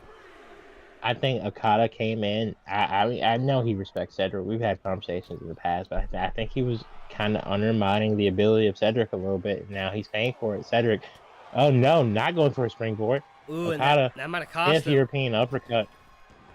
Drop down. Oh, drop down. Over the top. Leapfrog. Drop kick. Into a drop kick. Again, Kazuchika Okada probably has one of the best drop kicks in all professional wrestling. The sheer height he gets as a man who's over like 6'2" is insane. And another senton working on the ribs of Alexander. You know, I was about to say, every time I see Okada, I'm always surprised. Like, that is a tall motherfucker. Oh, Cedric. Oh! No brainbuster into a cover. Buster there. Could he steal it? 1, Ooh. 2. Oh. He almost caught the Rainmaker sleeping. Like Alexander now. Oh, He might have been looking for that lumbar Okada check. countering. I think he was. Okada. Ooh. Ooh, knee buster there. Uh-oh. He's looking for it. Cedric, you gotta counter here, kid. Oh no! Oh, yes! He just bitch slapped. Oh my god, Rainmaker. One. Kick Oh! out Cedric. Oh, he does. Let's go, kid. Fight. I would like to point out he just kind of bitch slapped Cedric, and I don't feel like we're not talking about that enough. Okada, like a single Rainmaker is usually enough to win the match. Okada, this is not something we see a lot from him. Okada now. Cedric Alexander drove him to this point. He drove him to this cross-body. Picture perfect. Cover. One. Two. Knocking the air out of the lungs of Cedric, but not enough to finish him. You have to think, though. I feel like this match is going at Cedric Alexander's pace. Very, very, very fast. Victory roll. Victory roll into. Whatever that was. Oh, another, honestly, knee breaker there. Oh, no. Okada. Cedric ducks Cedric. Counters. Into. A little suplex. OCW Nebula Cedric, on pins and needles take right advantage, now. Kid. He's trying to make Okada into a tap. submission maneuver. Okada's by the ropes. Definitely. Oh! He's working. Busted open Cedric there. But honestly, Cedric working on the legs of Okada is smart. We might already have middle rope. First show of the year. We might already have a match of the year contender. What a move by Cedric. Diesel, I mean, I'm not gonna lie. No. Diesel Dave might give you Tokyo Dome points for this. I would hope so. Oh, that drop kick, though. Another drop kick. What a match so far, ladies and gentlemen. But again, it's fast-paced. Even if Cedric's eating a lot of offense, these are the kind of matches Cedric lives for. As a cruiserweight, Cedric smartly rolling out of the ring. As a cruiserweight, he lives fast. He lives dangerously. Okada, though, impressively, though, matching that speed that not many others have been able to match. And, club to the back of the head. Oh, wait. Suplex, reverse suplex by Okada there. Count of 3 by the referee now. And Cedric's legs, I think they clipped the hardest barricade. We haven't seen that barricade be used all that. Celebrating by he doing Okada. The pose. Count of 4 now. I think he's staring down Cedric. He wants Cedric to know just who the man in this brand is. Counter. Cedric! Corkscrew leg whip. This might be his best opportunity to do something. Wait, no. Up. Cedric. Fisherman buster. Another fish buster. And the Nebula Cedric. chanting one more time. Cover. 1, 2, kick out by Okada. What a match, ladies and gentlemen. Cedric, he took a long time dragging his body. I think that wear and tear starting to get to him. Those extra few seconds ended up being vital. Rope stunner. Cedric, he's trying to find out. Does he want to go turnbuckle? Over the top rope. He wants to go over. Oh, no. But he kips up. In that moment, you could hear the air be sucked out of OCW Nebula, but Cedric immediately recovers. I don't know if it's adrenaline or he got like the extra ethanol gas before he came out here. Yeah, I don't know. I don't know how gas works, but Cedric backbreaker,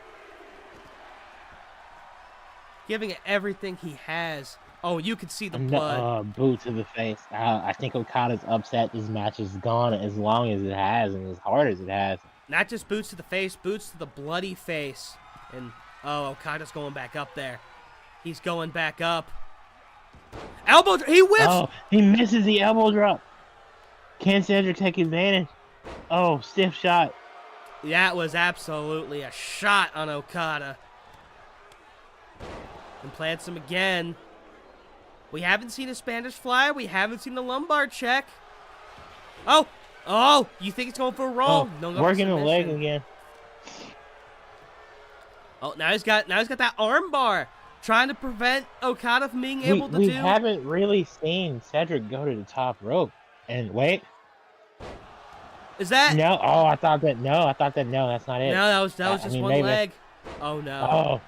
Oh, Okada. You Uh-oh. you have to take into consideration. Kelvin 1, 2. Ooh. Oh, Cedric kicks out. You have to take into consideration the fact he has yet to hit that lumbar check. Kip up.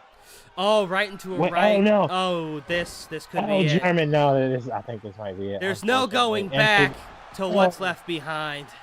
Clothesline. Rainmaker connects, ladies and gentlemen. 1. Come on, Cedric. 2, Nah. 3. No. Once is a stretch. Cedric, a very game Cedric Alexander falling to the Rainmaker. Wow. But you have to give the kid all the credit in the world. I definitely think if Cedric had gone for the lumbar check, I think he might have won the match. I don't know if he was concerned it wouldn't be enough. I mean, I think that was it. I think that was really it because you have to remember, you have to remember, the first time that Okada went for the Rainmaker did not work. Cedric could get 2.9. Cedric understands what it takes to beat someone on Okada's level. He came ever so close, but yeah, I think he felt he needed just a little bit more. And he just wasn't able to get that. The final boss of OCW. Glory, I should say. Getting the best of Cedric, but just barely. Honestly, in my opinion, I feel like Okada narrowly escaped this. I definitely think Cedric put up a bigger fight than any of us were expecting. With that being said, me and him are gonna have to have a conversation backstage. And I'm definitely gonna have to have one with Okada too, and we might see match number 3 in the very near future, even if it's 2-0 Okada's way right now. What a match by Cedric Alexander, ladies and gentlemen. But you also have to think if Okada might have Cedric, breathing down his neck, but also got Miro waiting in the wings. A similar situation that faced Otis and especially Ricochet back then, where even if you retained or won the championship, you knew there was always someone waiting in the wings.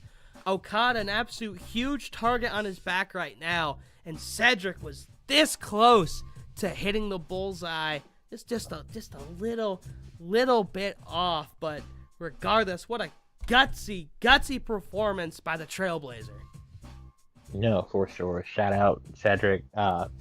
Prime time is definitely on its way. He's 100% earned his spot back into the rotation as far as I'm concerned. I expect great things from him in the future. If he can do that, Okada, I definitely think him versus Miro would be a banger international championship match. 100%. And well, I think that's going to just about do it for us here on the Zenith brand. If you're watching the live stream, be sure to go over to the Orange Brand Overdrive Pride. If you're watching the replay, well, you should have fucking just watched Pride and only Pride. I don't understand why the fuck you're here. You made it to the end, thank you, but I mean, there's other brands out there that you could be watching. It's a brand that's orange, and we got factions. Sorry, I get carried away. The better brand. Sorry for the ear static you guys just they're dealt used with. to it. I suck on the microphone every week. But with that being said, ladies and gentlemen, for Stanley Brewer, thank you guys for watching another exciting episode of the Zenith brand, the white brand, Overdrive Glory, the first of many to come this year. And we'll see you guys in about 15 to 20 minutes. Thank you.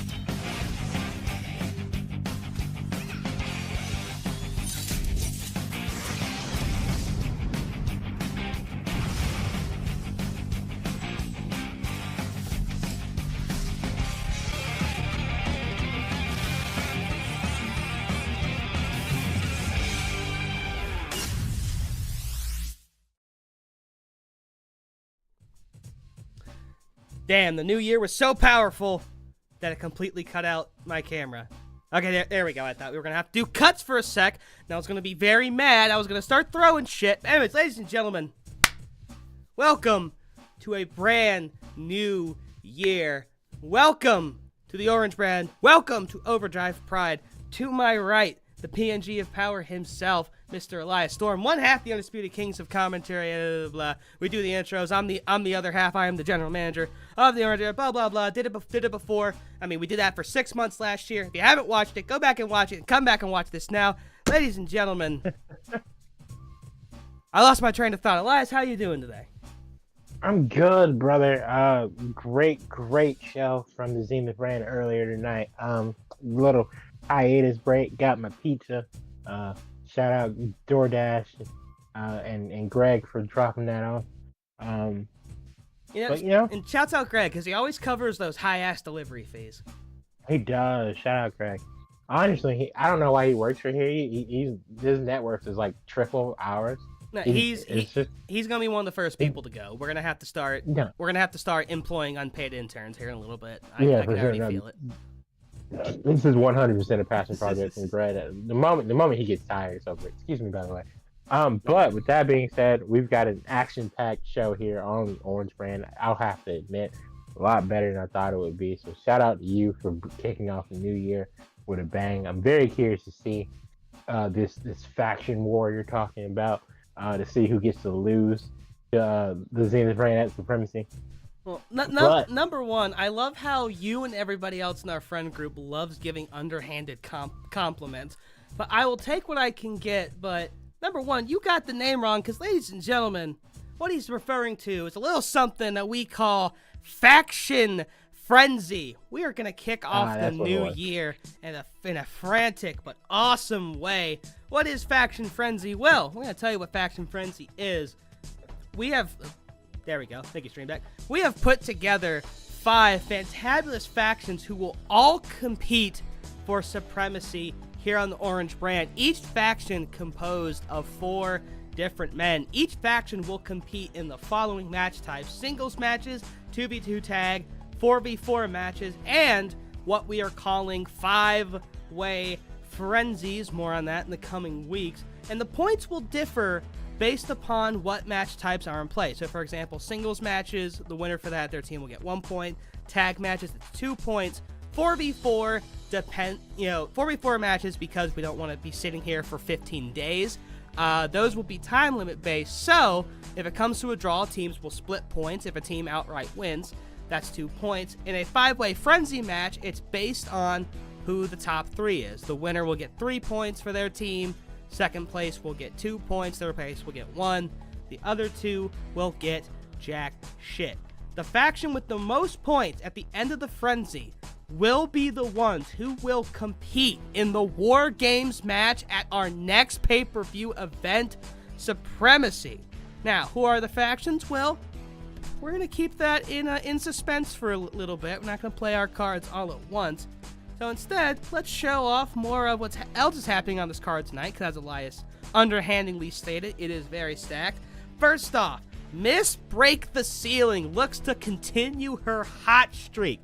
Athena, fresh off winning the Women's Break the Ceiling ladder match, will take on a former prideful women's champion in the former Hokage herself, Zelina Vega, as she desperately looks to get back in the win category following that match that we won't really talk about that happened at Break the Ceiling. Yeah, laugh it up, Fuzzball. Then after that, the week before Break the Ceiling, Moose got a huge victory in an open challenge that he answered against Gunther. Well, now, a very pissed off Gunther will sick Giovanni Vinci on to Moose this week. That'll be our second match of the evening. And then, because Elias, fuck you, Blind Bandit 2, Electric Boogaloo, baby, let's go. The Shooting Stars, the former winners of the Blind Bandits, are back, and they're taking on, I misspelled the graphic, but that's Shayna Baszler and Serena Deeb, who had a beef of their own going into Break the Ceiling. Can they coexist? We will see.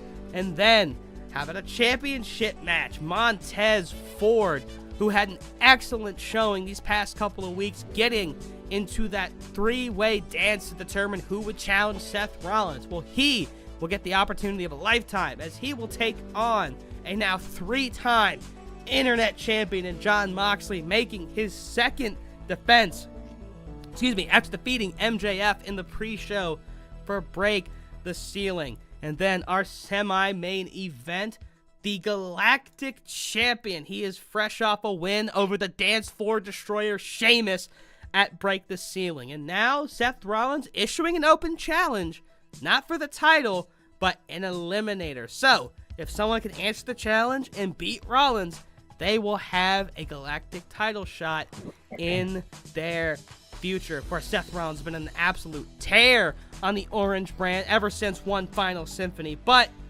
he definitely has some demons in his closet. We won't get into that right now, but let's just say we are never, ever going back to Kansas again. And then, our main event. The first match in Faction Frenzy will be a singles match, as we will reveal the members of two of the factions competing. On one side, we have the Prideful Elite. So you can probably guess who a couple of those people are. But then I'm 95% positive I can guess all 4 of those guys. Well, don't do that. We gotta leave the viewers in suspense. Give me something. Anyways, I got you. They will be going up against a faction who we don't really know much about, but they go by a simple name, FYEC, or as they like to call themselves, the FYE Club. What does FYE stand for? You know, I can take a guess. I'm pretty sure I can take a good guess. Are you sure? Because I mean, I don't know. I really don't have any guesses myself, to be perfectly honest. I'm gonna be honest. I'm 95% positive I could randomly name 2 members of this casually, and they used to work for me. And with that being said, I didn't even look because I was too busy getting food when you were setting all this up. So, but I'm 95% positive I can name 2 of the guys on this list, and the fact that they made this just goes to show that they're not good enough to be where they're at. You might be right, you might be wrong, but one thing that is we'll certain is that my camera absolutely cannot take just the pure madness, the pure energy happening in this building and on this brand tonight. And ladies and gentlemen, I think it's time that we get things kicked off as Miss Break the Ceiling in action against the former Hokage of the women's division. Welcome to the Orange brand. And here she comes. Of course, the Nebula, staring back at the Nebula. Nebula squared. And here she comes. She debuted in a qualifying match for Break the Ceiling, and not only did she win, but went on to win Break the Ceiling as a whole. Athena, ended the year as one of the Orange brand's hottest stars, and a major opportunity, obviously, in her future whenever she decides to declare her match against Bayley or whoever might be the prideful women's champion. She has until WrestleMania. I shouldn't say after. She has until WrestleMania to declare that match. But I think right now, Athena just wants to get more victories, under her belt to prove, indeed, why she is Miss Break the Ceiling and why she deserves to be in that position. Good God, I love that fucking gear set. No, it's fire. Fallen Goddess has definitely proven herself so far here in Overdrive. Honestly, has the potential for winning the Newcomer of the Year award. We'll be doing the award show sometime in the next couple of weeks. Yeah, I'm still real talk. Like I'm still going through episodes for matches because there's a lot of fucking great matches like in the past 6 months, dude. Like it's absolutely unreal. It is absolutely unreal, and hopefully we can create a match of the year candidate here tonight. And Zelina Vega, we definitely got one on the Zenith, brand. Yeah, for sure. And Queen Zelina, no stranger to high-profile matches, but I mean, as we said, her last outing, right off the bat, double code red, and just couldn't get anything going. Referee still simping for her, so Queen Zelina still has some power here in OCW, but I mean, I don't know. That loss at Break the Ceiling, I mean, that was depressing to watch, and I know that's that rough. I know she was not in high spirits after that match. So I mean, for her sake, you'd hope she'd win this match, but at the same time, Athena's so hot, and obviously Athena still has a lot to prove. Being the newest member of the Orange brand.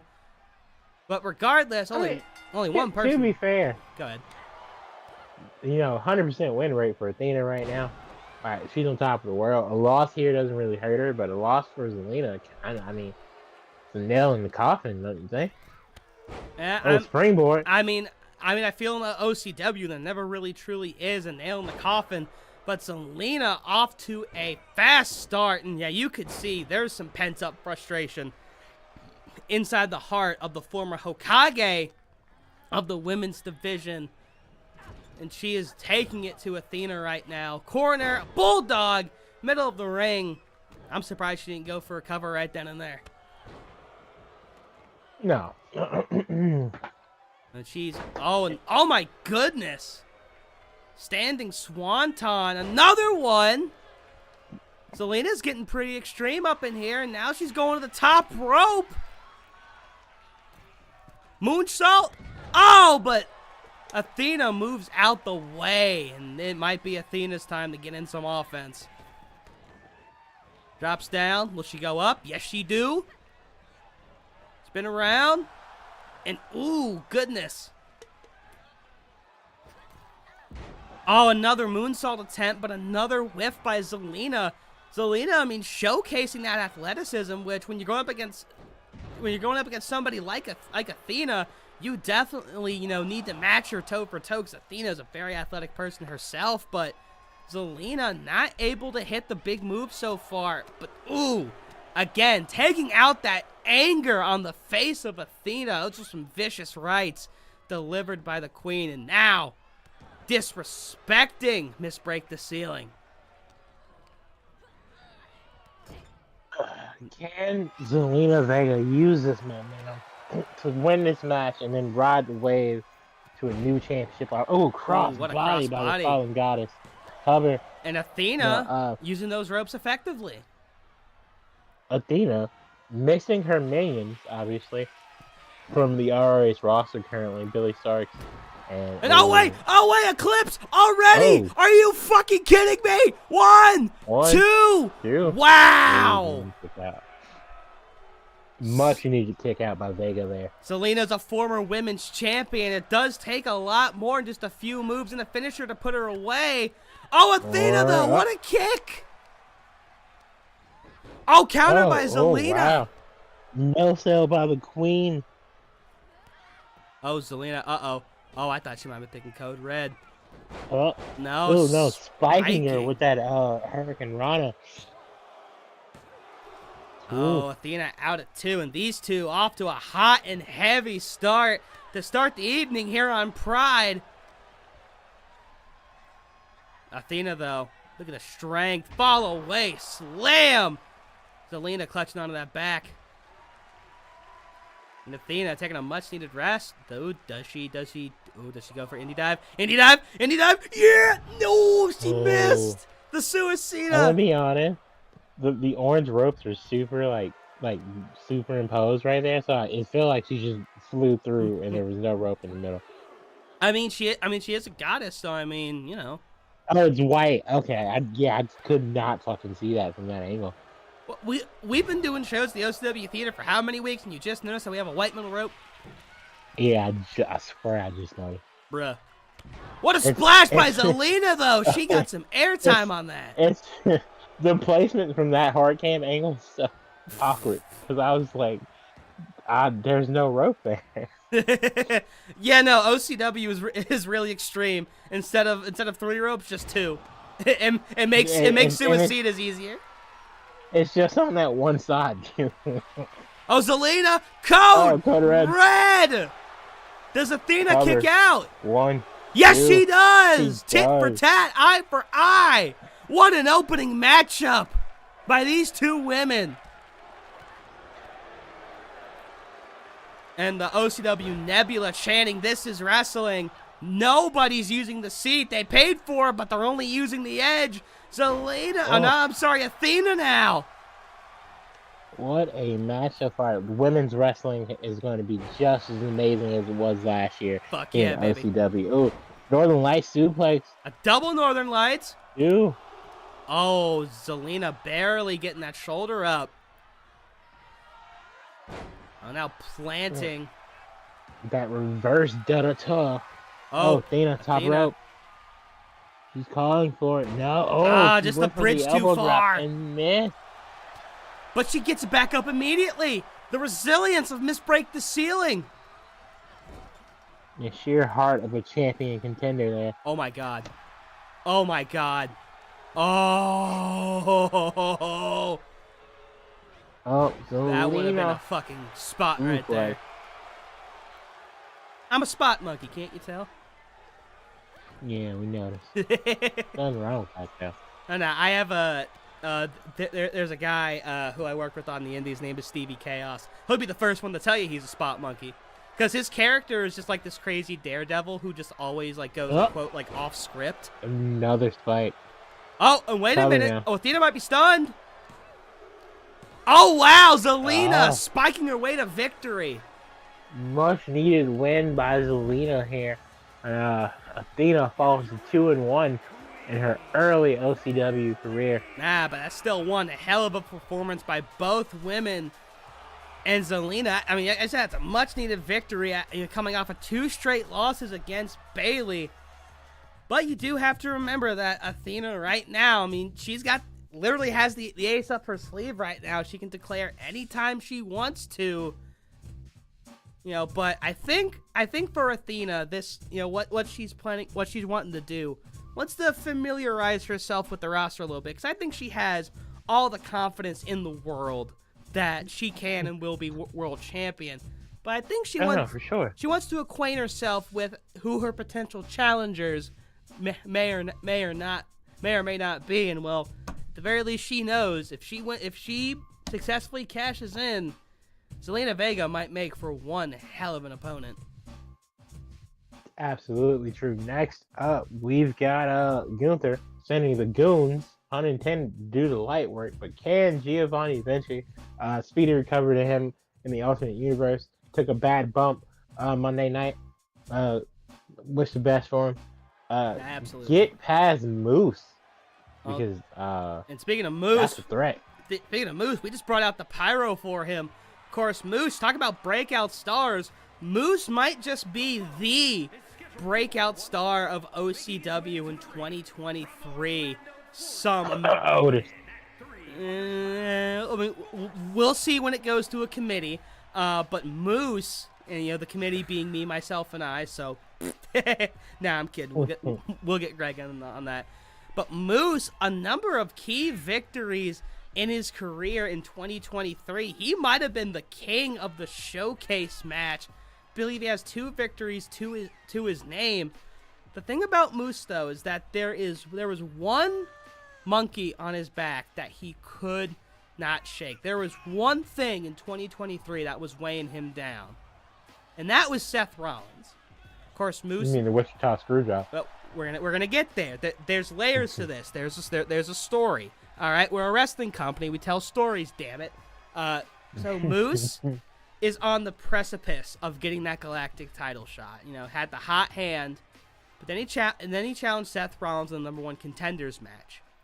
Rollins ends up winning that match, goes on, beats Gunther, causing a galactic shift that could still be felt in OCW to this day. Seth Rollins upsetting the ring general. But if you remember, helping Seth all along the way was Moose. Because Seth, being the top draft pick, told Moose opportunities could be in it for him if Moose gave him a helping hand. And Moose, you know, feeling like he was that material, but obviously seeing an opportunity in front of him, took Seth up on his offer. He helped get, Imperium banned from ringside for matches multiple times. Moose and McIntyre, who was traded over, were instrumental in getting Seth over the top multiple times. But then One night in Kansas ruined everything. A #1 contenders match between Moose and McIntyre, where Rollins deliberately screwed Moose out of winning the match. You know, Rollins goes on to handle McIntyre at that was Battle Scars, and then a little bit after that, Rollins defeats both Moose and McIntyre in an eliminator match and sends both men to the back of the line.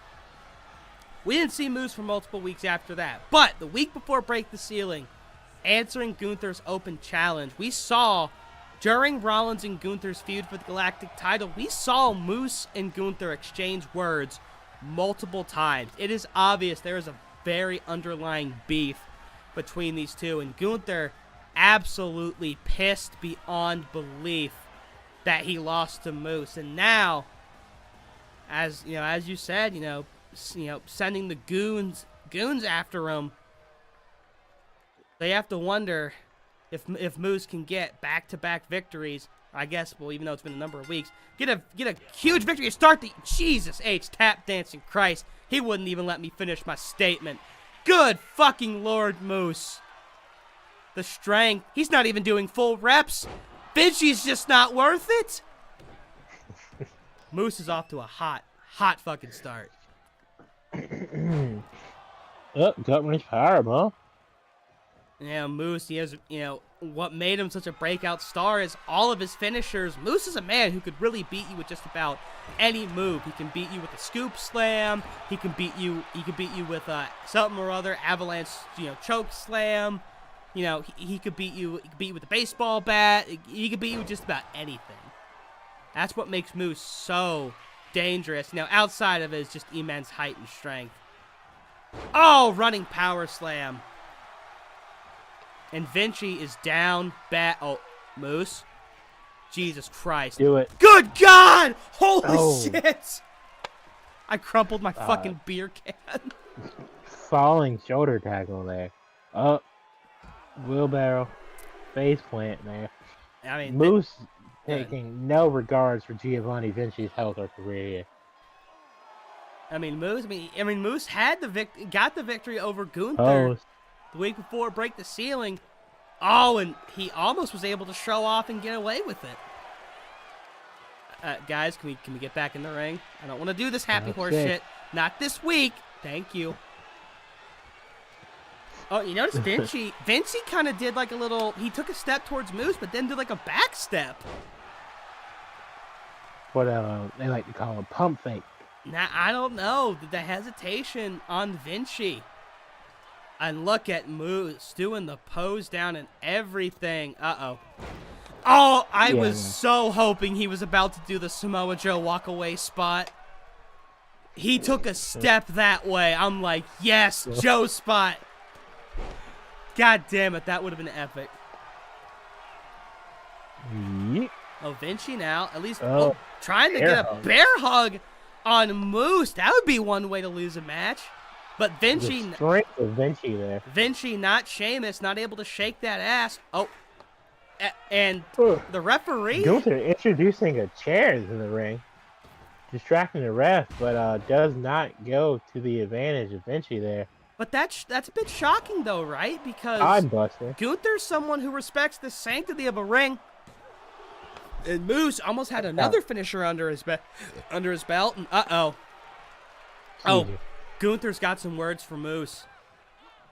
Oh, Moose, but he's got some fists for Vinci. Oh, Vinci battles out there. Countering like 2 kicks to the gut. Vinci, he lifts him up. He spins around. Spinning. Whoa! Get out, powerbomb. Cover. Nah, Rope break. In the ropes. Oh, Moose rolling to the outside. Oh, Gunther putting his hands on Moose. He's not allowed to do that. Oh, he just picked him up. Oh. No, Vinci over the top. And now Moose. I think Moose is having a bit of deja vu right here. He has to be. Imperial. And Vinci, this might finally give him the momentum, but the fact that Gunther produced that chair. Gunther is someone who respects the sanctity of the ring. The very fact that he would try to introduce the chair, that's shocking. But I guess at this point though, Gunther's a man who's absolutely snapped. I feel like he's gotten fed up over there on the Orange brand. The way things have gone, losing that Galactic Championship not once but twice. Yeah, of course. I mean, losing one final symphony. Vinci. Oh, thought he might have been going for. Oh, what a driver! Here's the cover. Please no. Oh, out of 2.9. What do you mean, please? No, you're supposed to be impartial. Yeah, and well, did I not hear you going, oh, go City, go, in your previous match? Well, no, you didn't. Yes. I don't recall saying go Seti, Deddy. You said go. You know what I mean. I'm the one who's supposed to get you on technicalities, not you. Stop doing this Uno reverse card bullshit right now. The transitive property. Don't you transitive property me? I invented the transitive property. Vinci, driver. That might be it. One, driver there. Two. Oh, but Moose. He's done that before. Kicked out of finishers like it ain't no thing. Oh, but it might be a thing because he's riding around in pain right now. Oh, Vinci now. Will we see that spinning sit-out powerbomb? No, Moose. Oh, clubbing him in the back of the head. Clubbing blow to the back of the head there. Gut wrench. Ooh, I thought Moose was going to go towards the corner right quick, but Vinci smartly getting himself out of harm's way. I mean, but we might see that avalanche. Oh, avalanche! Yeah, something or other! Choke slam! Oh, this could be it! Spit out choke slam. 2. Oh, Vinci out of 2. Vinci barely kicking out there. But of course, that's not Moose's main finisher. Oh, a splash. How many times have we actually seen him hit the spear though? Like a couple times. If it ain't the spear, it's the taxidermizer. Which is stolen. No, it's not. Ball. It's not stolen. It's repurposed. You piece of shit. Which is that sounds real colonizer like. And Vinci now whipping Moose into the corner, throwing an elbow. These two putting on an absolute clinic right now. And Vinci maybe trying to throw the big man out. No, throwing him down instead. Oh, right to the ribs. And now taking out the hand, maybe trying to limit Moose from doing that taxidermizer. And uh-oh. Busted open is Moose there. And there is some blood. After all those shots by Vinci. There's some blood. Getting those white boots dirty. There's some blood on the dance floor. Might be a Panic at the Disco from Moose. What a moonsault. Here's the cover. 1, 2. Oh, 3. wow, Vinci. Looks like you need to remove another O. Yeah. No, I'm going to add 5 more. That's not how that works. Giovanni Vinci doing Gunther proud and accomplishing something he could not. Pinning Moose. I mean, I'm sure Gunther's happy, but at the same time, maybe he's looking a little outshined. I mean, he definitely still has Imperium, that. Maybe? He's got that resting bitch face for sure. You saw him kind of look away for a moment, as they were doing the thing. Speaking of tension in Imperium, Ludwig Kaiser nowhere to be found. Maybe he's checking in on Tiffany Stratton after she lost that ranch hand versus slave match against Fallon Henley at NXT New Year's Evil. I'm going to need you to repeat that because what you said just sounded really wild. Okay, so Ludwig Kaiser. Yeah, it wasn't there because he was checking in on Tiffany Stratton. Yeah, who lost a ranch hand versus slave/maid match to Fallon Henley at New Year's Evil, which means now Tiffany Stratton has to be a ranch hand to Fallon Henley at her ranch because she lost the match to said individual. Everything about that sounds strange, and I really don't know how to react to it. Well, they were beefing because, Tiffany Stratton's like Barbie cheerleader type. Fallon's 100% like a Texas, like cowgirl. who works on a farm with her daddy, and she throws hay bales and shit. And so they had beef, and she's like, "Well, if you lose, you're my slave." And then Fallon was like, "Well, if you lose, you're my ranch hand. I'm gonna make you shovel poop and shit." And Tiffany lost. So either Leeward Kaiser's doing that, or there is tension within Imperium because they can't win championships. And yeah, like in the alternate universe, because Gunther was like, "Y'all better get it together before y'all are out." Honestly, if I was Gunther, I'd go get Tyler Bate and Pete Dunne personally. And I mean, Imperium's had a very rough go as a tag team so far on the Orange brand. Speaking of tag teams, though, Blind Bandit too. God damn, these two got some great gear. Look at that, Sheeta coming out with double motherfucking katanas. But, yo, when did we get her katana? Is that allowed? Bruh, it's our promotion. Yes, it's fucking allowed. I mean, she can't use them in the ring, obviously. But Drew McIntyre out here with his sword and shit, and now we're just like, all right, yeah. And Sheeta's out here with 2 swords. I feel like that's a lot. And, bruh, Zorro has 3. He's also the anime character. I mean, I thought that's also very true. Shooting Stars, of course, hoping for another spectacular run in the Blind Bandit. And this matchup might favor them. Of course, Serena Deeb, Shayna Baszler, not a traditional tag team, not coming out together. Deeb, of course, tapped out Baszler to earn her spot and break the ceiling. But Baszler winning the second chance match the week before Break the Ceiling. Both women, of course, coming up short. So, I mean, obviously that, that tension could be there. But, I mean, we've seen it in Blind Bandit before. Randos come together and it just works out. But, I don't know. The personalities of Deeb and Baszler, I just don't see it. And given that the Shooting Stars have done this song and dance before, I mean, Sheeta's literally coming out with fucking katanas, like... Again, not safe at all. Bruh, there's sheets. Calm your titties. Sit down and eat your peas. And meanwhile, here comes the Queen of Spades herself, Shayna Baszler, which this isn't her first rodeo when it comes to blind eliminators either, of course, but now she's competing in the superior blind eliminator because we have a cool name for it. The one who's hard to kill, the submission magician herself, Shayna Baszler.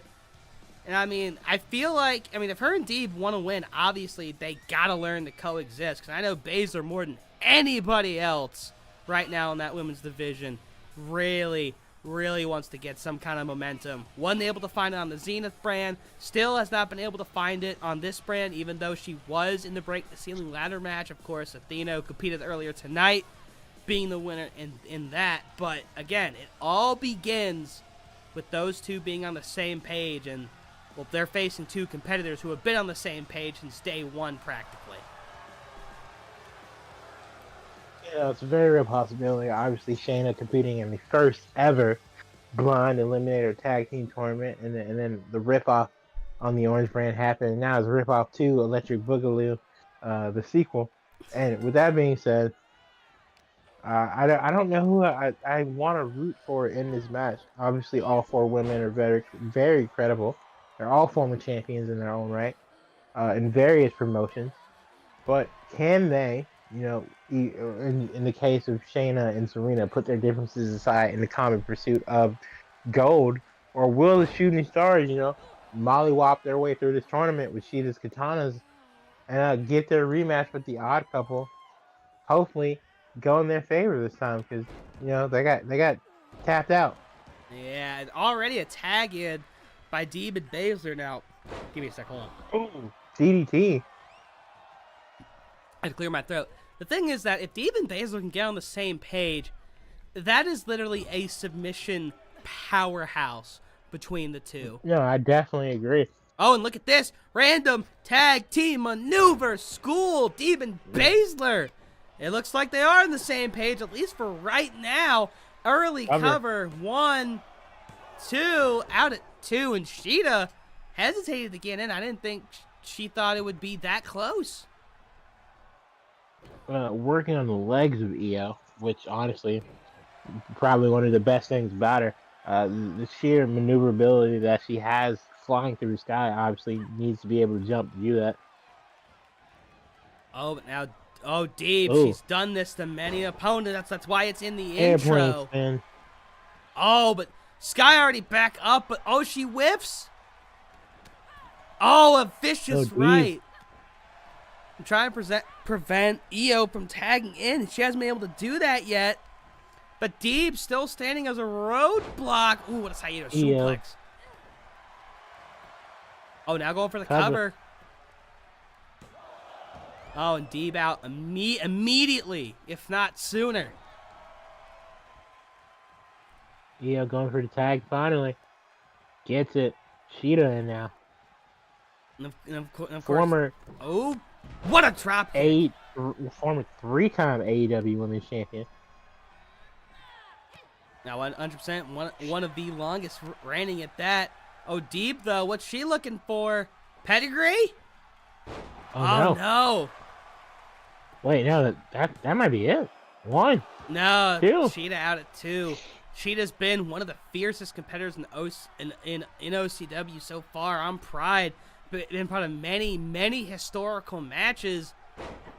You know, I mean, obviously, first, one of the first people on the Orange brand to go challenge for the women's tag title. It's been in so many historical matches. Main event his first 3-way dance, and now absolutely bringing it to Baszler. And the Shooting Stars finally getting some positive momentum on their side. Oh, wait, Baszler, small package 1. Oh, wow. So many things, probably. Back and forth match here. Yeah, no, but the fact that Serena hit the detox so early in this match and it wasn't enough, I mean, she's got to be possibly regretting that later. We'll see.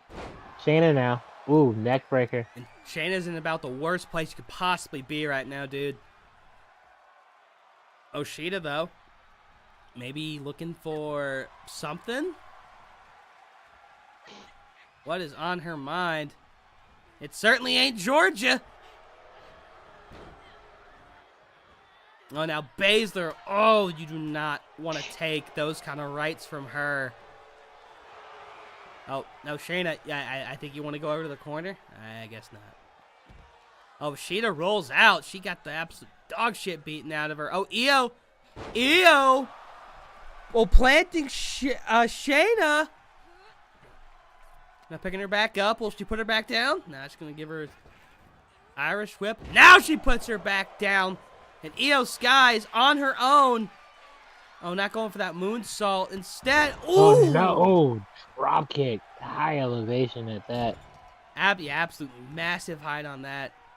Oh, Shayna, though. Uh-oh. Again, working on the legs of Io. Maybe? Oh, wait. Oh, I thought maybe she was going to go for the clutch. Because if Shayna's working on those legs, I feel like what she's doing would favor Serena. Because Serena's submission usually involves the legs. That's how Serena tapped out Shayna to begin with. Now several kicks. Now Serena planting Io. And I look to be dragging Io towards the corner, but I guess no. Serena taking a moment to celebrate. She's showing She's showing the OCW Nebula who's the boss. Oh my goodness.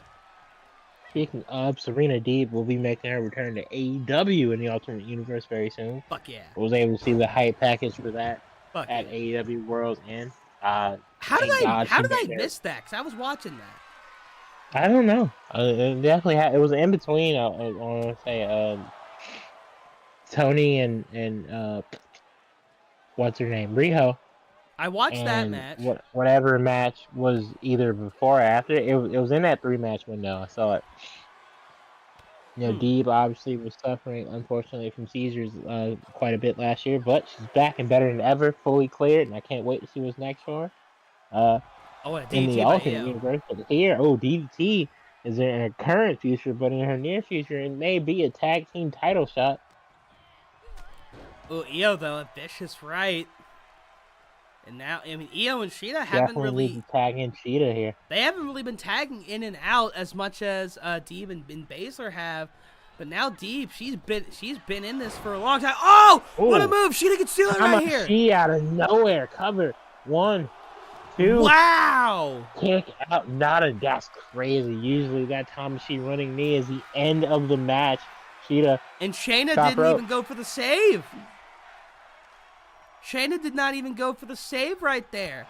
Oh, God. Oh, dropped it. But the shooting stars, I mean, that's part of the name. The height they get and the crash that comes from those drop kicks. Cheetah taunting. Oh, and a hot tag And now. Tag into Baszler. And Baszler's going to be the Mistakes were freshest made. woman in this match. Irish whip. Ooh. What a move by Sheeta. It's like Shayna took the brunt of that, and now... Running drop kick now. Oh, God, here we go. Yeah. Oh, Top Sheeta! rope. Picture Oh, same time. perfect. Oh, my goodness. I hope the fans had the cameras out for that one, because that shit was beautiful. Sheeta was like an airplane in the night sky, like a shooting star. Shayna though. Ooh. And Shayna Dropping and Cheetah's Deeb could face really is the use a wish hardest right now. barrier in all of professional wrestling. A wish right now, wish right now. And taking out Io Sky. Oh, this could be big. If Shayna can get a move off right here, this could be big. Oh, one overhead. Jesus.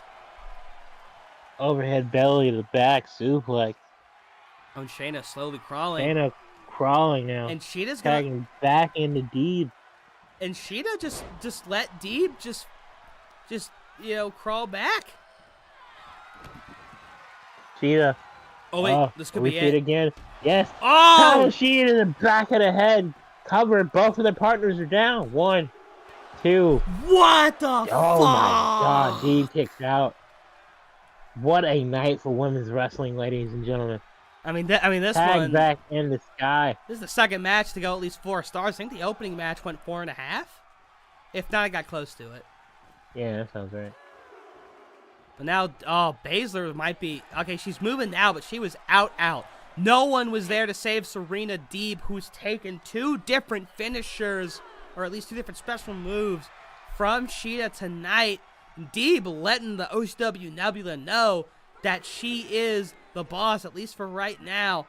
And Shayna, I mean, Deeb paid no mind to Shayna, didn't even help her up. Shayna's very slow to get to her feet. And now... Choking out Io. Oh, but Io fighting back. And Io was Round down 3. for a little bit. You have to wonder just how much these women have left in them. Oh, what a block by Deeb. Deeb, is she going to use that barricade to her advantage? No, goes the other way instead. Yo, oh, wait, here we go. Nah. Ooh, back body. Still not close enough. Oh, count of 7. And... Deeb. Suplex. Oh, Deeb, is she going to get back in the ring? Yes! Oh! The count out count of victory! 9. Oh, taking out Sheeta as well. 9 count. Io's not getting up. The ref shooting calling. stars have Trying to give him been the opportunity. upset. And Deeb and Baszler knocking off the winners of the previous Blonde Bandit. No shooting stars odd couple rematch fans. I mean, you never know. I mean, you know, we didn't really give the rules, so technically we can do whatever the hell we want. Round robin. Get the fuck out of here. But for right now, Deeb and Baszler, they still didn't seem 100% on the same page, but they do what they have to do to get the job done. Count out victory, and for right now, it seems at the very least, they can coexist, you know, doing a little you. I guess not you, brother. I know. You, sister. Something like that.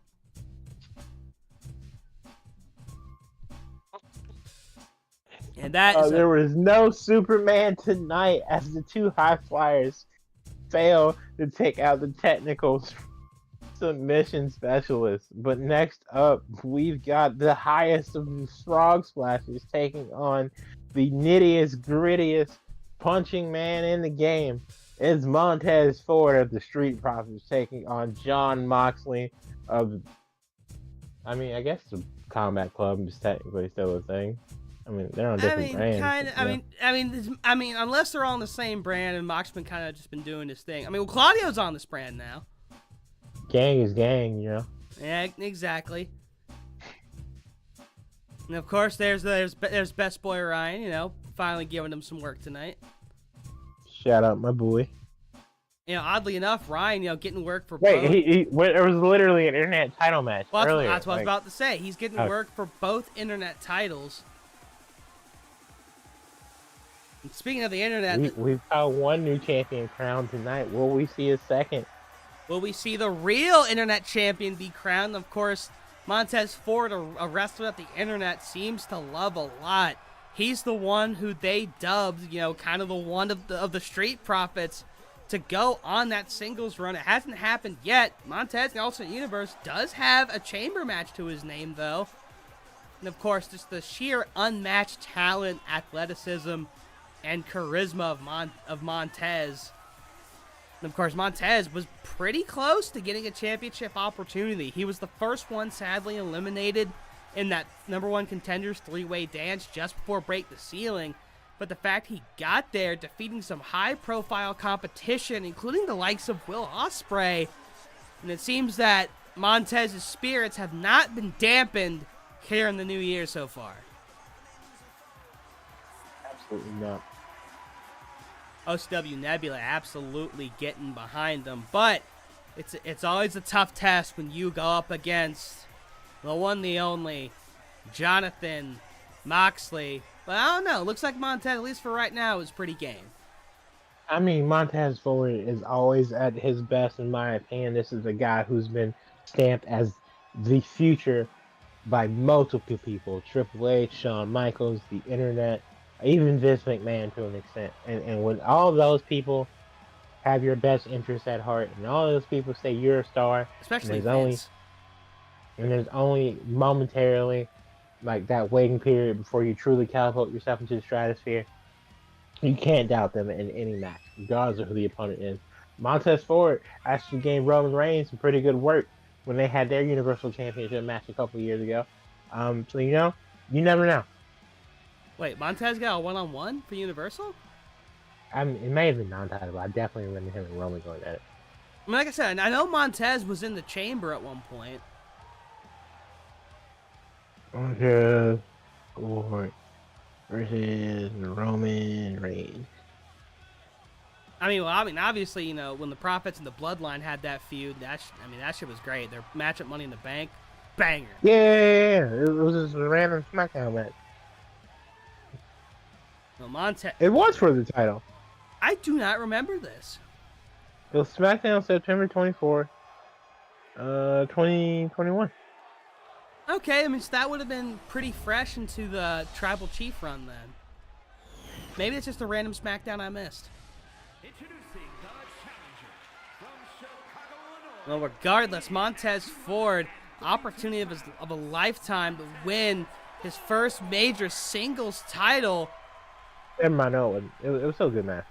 I mean, it's Montez Ford. It's always going to be a good match. But he's got to go through a man who's near unstoppable. I mean, the aura causing that belt to levitate off of his very big, broad shoulders. And I mean, John Moxley, he might look like he has a bit of a lackadaisical gaze. That's just because John Moxley does not care about you or anybody else. All he cares about is when that bell rings and he just unleashes pure, unscripted violence. Yeah, And Mox, he's good at that. could be the last time he sees that belt, and Ford could be seeing that belt later tonight. Who will walk out as the real internet champion? Only time will tell. From Bell to No. Bell. No. You're not, I did not that doing specifically to piss you off because this is the real internet title. It's not, but you know. Bitch, I though. was here first. I had dibsies. Well, technically, It not would be Cardona's technically. internet championship was here first. No. Regardless of who walks into Supremacy, internet champion on the Zenith brand, the belt that's walking out will be the Smoking Skull Internet Championship. No, fuck it won't. Go fuck yourself. All right, we'll see. And meanwhile, speaking of we'll see, oh God, Ford just saw a huge, massive clothesline by Mox. And of course, Montez, very athletic, but Moxley, incredibly physical. I think the strategy for Moxley in this match is to keep Montez Ford grounded. Because Montez is one of those people, you know, we talk about it, lives rent-free on that top rope. Oh, what a fisherman suplex by Mox. And Montez wisely rolling out. Oh, Mox. Mox, you're not on the indies anymore. Jesus Christ. And John Moxley, you know, getting a little high risk, you know, on his own. Uh-oh. Here comes Montez. Oh, nope, Moxley counters. Oh, but Tez counters. Oh, Montez, the power. I didn't think he had that in him, but he just threw Moxley into the air. Oh, Irish whip. Now into the ring. Tez jumps back. Moxley immediately catches him. Oh, my goodness. I don't think that was a paradigm shift, but it looked very close to it. Tez immediately kips right back up. I think that was just a standard DDT, but damn was it quick. And Moxley... It's a flurry of offense from Moxley here. Obviously, he hit him in the corner, then a running bulldog. I mean, I think Moxley, you know, outside keeping Tez grounded, I think he's also trying to at least match Tez in terms of speed, because this has been some quick offense by Moxley so far. Oh, Tez, though. That's Tez... the fastest I've seen him move in years, honestly. But Montez has been a countering machine. DDT. Off the ropes. Will the profits be up for Montez Ford? Oh! Rock bottom out of nowhere. If you smell that the profit... no, if you smell what the smoke is cooking, what a drop kick to the side of the head. Will Montez achieve the smoke tonight? The world internet smoke. Oh, Tez. Oh, DT of his own! Turns Moxley inside out. Oh, Mox. Ooh, I punched him in the dick right there. Oh, to the corner now. Ooh, chop. Of course, those chops, the only one who could really beat Mox in the chopping contest is Eddie Kingston. Oh, Christ. Now throwing Tez to the ground. Oh, Tez out of one with some gusto. Like Little John used to say, Moxley's just handing out shots, everybody. Yeah. Oh, and vicious knee to the face. Oh, Tez, though, a little drop kick. What a massive... Oh, another drop kick by Tez. Cross body. Cross body now. Ooh. Can he take advantage of, ladies and gentlemen? Can Montez Ford realize the boyhood dream? Irish whip to the corner. Oh, throwing Moxley down. Tez. Oh, roll. Oh, rolling. Splash. I like it. I mean, Cover. that was shades of RVD, a Rolling Thunder. Oh! And Tez almost stole it with that. The Rolling Smoke. Very close 2.89 there, ladies and gentlemen. The Rolling Smoke, but no cigar. Oh, drop kick.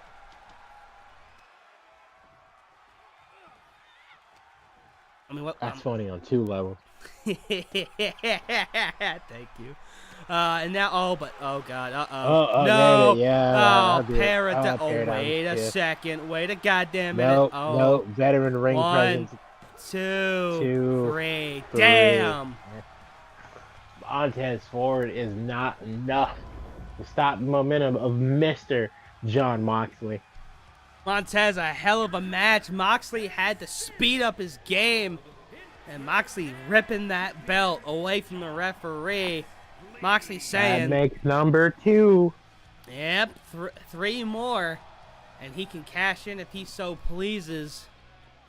What a great performance by both men. You know, John Moxley, one of the most consistent athletes here on the Orange brand, week after week, defending that belt, except for the weeks he doesn't have it, which are very few and far between. And again, Moxley had to step up his game. He had to match the speed of Montez Ford in order to beat him tonight. And you know something? I think I'm sniffing at least one rematch in the future, because I haven't seen anybody make Mox able to move quite like that. And if Ford can get a few extra minutes and maybe try to gas out Moxley, hit a frog splash, I think Montez might have that. No, it's a very real possibility, obviously. Phenomenal effort on the part of Montez, but just not enough. When John Moxley finds that fifth gear, it's almost magical to watch, and we kind of saw a bit of that here tonight. But next up, the champ, the ruler of the galaxy, Seth Rollins, has an open challenge. But who will answer that challenge is the question. And here he comes, as you said, the ruler of the galaxy, the man who holds the pride and joy of the galaxy around his waist. Of course, he gets all of the pyro, and there he is, the orange, black, and gold, the galactic title. Rollins, a two-time champion, but also one of the only two people to hold that belt. The Nebula singing his music. But thank God we're not in Kansas, so no Tom Fuckery can be afoot. Now, we'll see. Rollins is somebody, now as we said, we talked all about he and how he screwed over Moose and everything earlier. Since then, though, Rollins has been kind of sitting back. He's been letting the challenges come to him. He's somebody who knows how good he is, who knows what he's worth, and he wants somebody who he feels is on his level to challenge him. But tonight, again, not giving a title match, but an eliminator match. Because, again, he wants somebody who he knows is on his level. And, Sheamus gave it an effort, but the Destroyer of the Dance Floor came up short. But you have to wonder, will Sheamus answer the challenge? Obviously, McIntyre and Moose can't do that. They're still kind of in purgatory. Who's going to answer?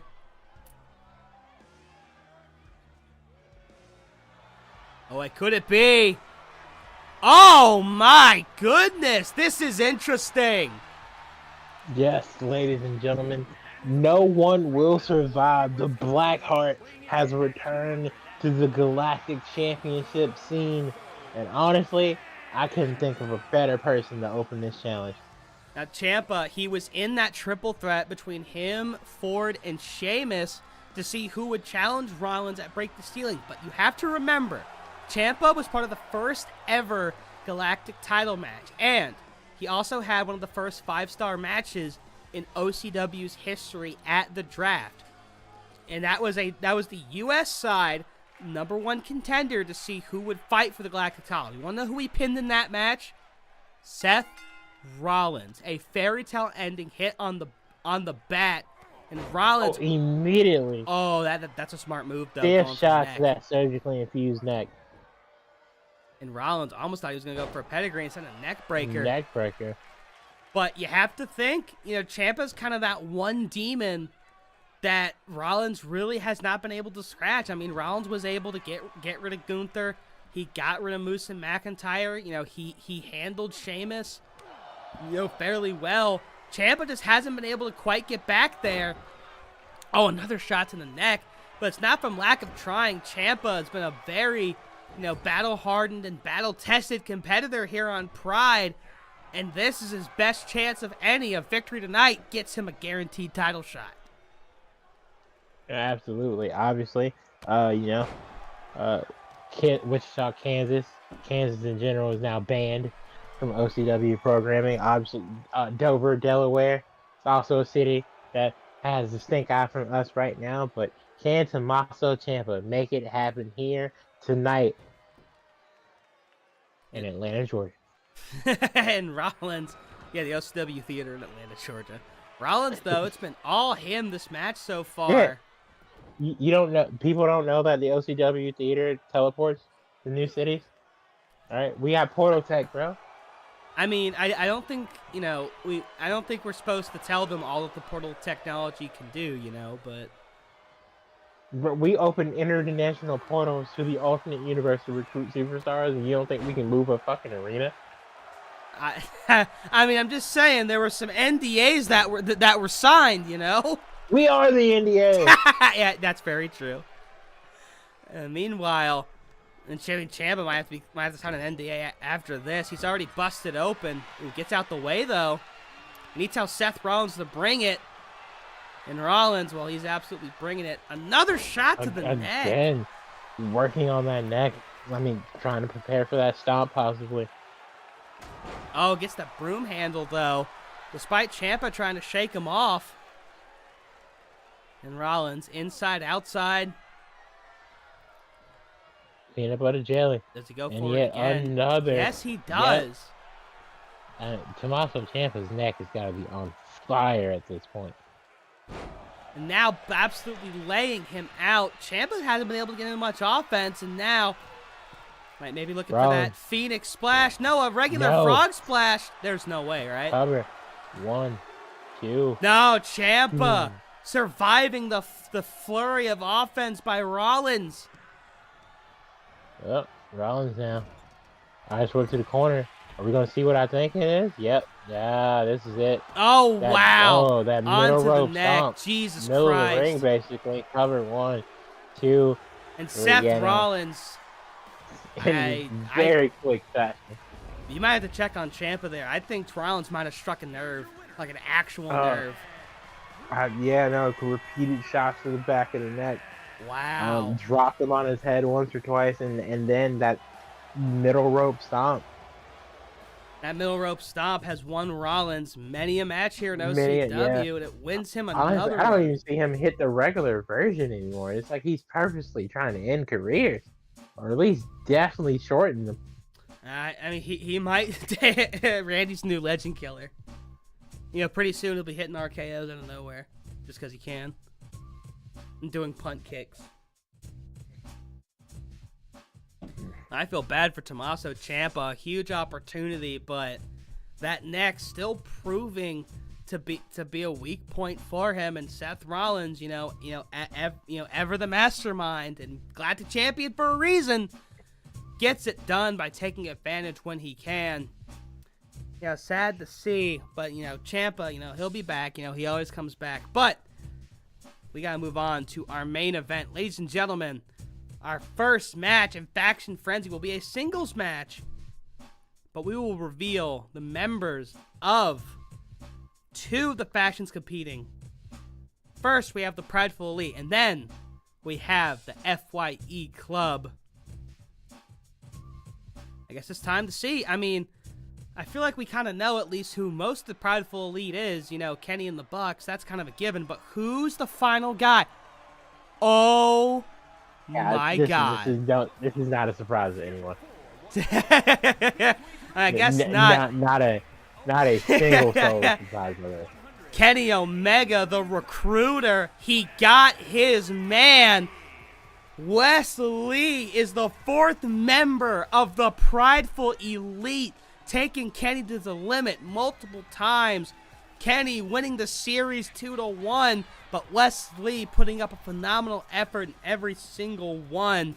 Now Matt Jackson not here tonight. He had some family stuff to attend to. So for now, it'll be Lee, Omega, and Nick Jackson. Come out represent the Prideful Elite. But now we have to wonder who the hell's gonna be in the FYE Club. We know next to nothing about these guys. Well, here they come, and whoa, wait a minute! That's Will Ospreay! That's air guitar! That's MJF! That's 3 of the 4 members of FYE. I guess we know why the club had the fucking fucking design that it did. But wow, I guess no appearance by RK Empire. And Ospreay is the one getting the singles match here. The leader of the United Empire, bruv, is FYE. That literally doesn't make sense. Yes, he is. Go already in a faction. No, he's already in a faction. Well, the rest of United Empire right here. Shut the fuck up. Well, that's not my fault. You didn't sign them. I mean, Jeff Cobb, Kyle Fletcher, and Mark Davis are all great professional wrestlers. Hell, you could sign TJP. He's in United Empire. Well, listen, regardless, that great old Khan. Regardless, we're taking away from what's already looking like a stacked first match. Wes Lee, Will Ospreay, but we don't know who the final member of FYE is. You know, we only saw 3. I guess FYE keeping their other member, FYE Club, I should say, keeping their last member in their back pocket, at least for now. But Ospreay, Tanahashi, and MJF, I mean, Tanahashi's, all 3 of these guys in their own different league. These 3 guys literally created their own leagues, and Ospreay off to a furious and fast start on Wes Lee. Moonsault hits it. Here's the cover. And almost a statement victory by the FYE Club, but Wesley's already back up. I mean, you're right. Wesley, joining the Elite, not surprising. It's obvious that Kenny Omega thought super highly of Wesley even before they had their best of 5. But man, Wesley, we've talked about it before. The complete turnaround after the house open. Now a member of one of the most prestigious factions in all of wrestling. And they get an orange makeover. The Prideful Elite and Wesley getting the first crack for the group. Alley-oop! And another corkscrew moonsault. Oh man, Faction Frenzy is gonna kick fucking ass if this is our first match. Lee, top rope now. And what's he looking for? Maybe a broom handle. Oh no, that drop. Oh, that's drop kick. I feel like everybody was like, all right, let's see who can hit the best drop kick tonight. And Ospreay out at 1, he's like, listen, bruv, I probably have a better one than you. Let me show you. Oh, but Wesley's saying, no, don't show me. Fuck you. Lee. Oh, Lee. Oh! V-trigger. And of course, picking that up from Omega, used that a number of times in their matches. And another thing about... No offense to Wes Lee, but I definitely feel like Will Ospreay has taken harder knees from the mentor here. Oh, drop kick to the face. Oh, Wes... Whoa, but immediately... Oh, wow! Oh. Both of them went for it! Springboard is going absolutely nowhere. Oh, my God. This match is crazy so far. And a cover. Wesley's already right there, though. Yeah, out at 1. Oh my goodness! I am beyond happy with what I'm seeing right now. These are 2 absolute motley crews that we're witnessing right now. Oh, Ospreay dropping Lee on the top rope, and of course Kenny and Nick Jackson watching on. Meanwhile, Tanahashi, MJF watching in the other corner. And it's interesting, Tanahashi and MJF have a little bit of history. They fought at Forbidden Door in the alternate universe. And honestly, with how the club was designed, because I didn't make those logos, those were submitted to me. Oh, I thought Ospreay was going to go for a moonsault. It almost seems as if MJF might be, at least for right now, the de facto leader of this group. And I guess when you're MJF and you bleed greatness surrounds you. Oh my God. Yep. Will be. Oh no! Countered into like a reverse power bomb by Lee. And now Lee, another knee to the face. His knee there. Wes Lee calling for something here. What's he thinking? What's he stinking? Oh my God. I don't even know what you call that, but what looks sick. DDT there. 1, 2. Ospreay kicks out though. Not enough to take out the aerial assassin. Do not forget, this is our main event. The prideful one, Wes Lee, versus Bruv himself, Bruv incarnate, Will Ospreay. Into the ring he goes. Wes Lee, what's he looking for? Uh-oh. Top rope. Lives there rent-free, has a vacation home. What a crossbody. Has a timeshare and everything, but so does Will Ospreay. I mean, of course, with all the international travel he does. Oh, that physicality by Lee! Another vicious knee. That's one thing That's one thing I've noticed with Wes Lee ever since. Oh no! Oh, missing. Awkward landing too. But Wes Lee's been laying on a lot more physical offense, especially in his matches against Kenny. Of course, using those knees and right there, using punches and kicks all to his advantage. And now Ospreay working on that leg, maybe trying to take away Wes Lee's aerial offense. My goodness, what a main event. And what a night this has been for both brands. We haven't had a single stinker match, to be perfectly honest. I mean, you could say the Battle Royal, but it's a Battle Royal. Like, when you go over the top rope, that's fucking it. Point. Like, It there's is what it is. yeah, it is what it is. Stiff elbow to the chest of Lee. Oh, Alley-oop. alley-oop powerbomb. No cover though. What? Ospreay knows it's gonna take a lot more. Oh. Ash whip to the corner. Uh-oh. Ospreay. Oh, Jesus. Oh, Christ. Oh, God. Oh, Lord. Oh, Jesus. Oh, this time he hits it. Wheelbarrow. Middle of the ring. Wheelbarrow blowbox from the top. Oh. Ospreay. Lucha. Sliced! Damn Brad! it, sliced That's bread. good, Cover Brad! One. No, it's Oh, not! Wesley kicked out. The cardiac kid keeps you on the edge of your seat, but you don't even need the seat or the edge. I don't know why you paid for it, but thank you anyway. Oh. Ospreay! Top rope by Ospreay. He has multiple timeshares up there, and he rents some of them out on weekends. Spikes them. Cover. 1, 2. Oh, Ospreay wins it. Ospreay pins Lee.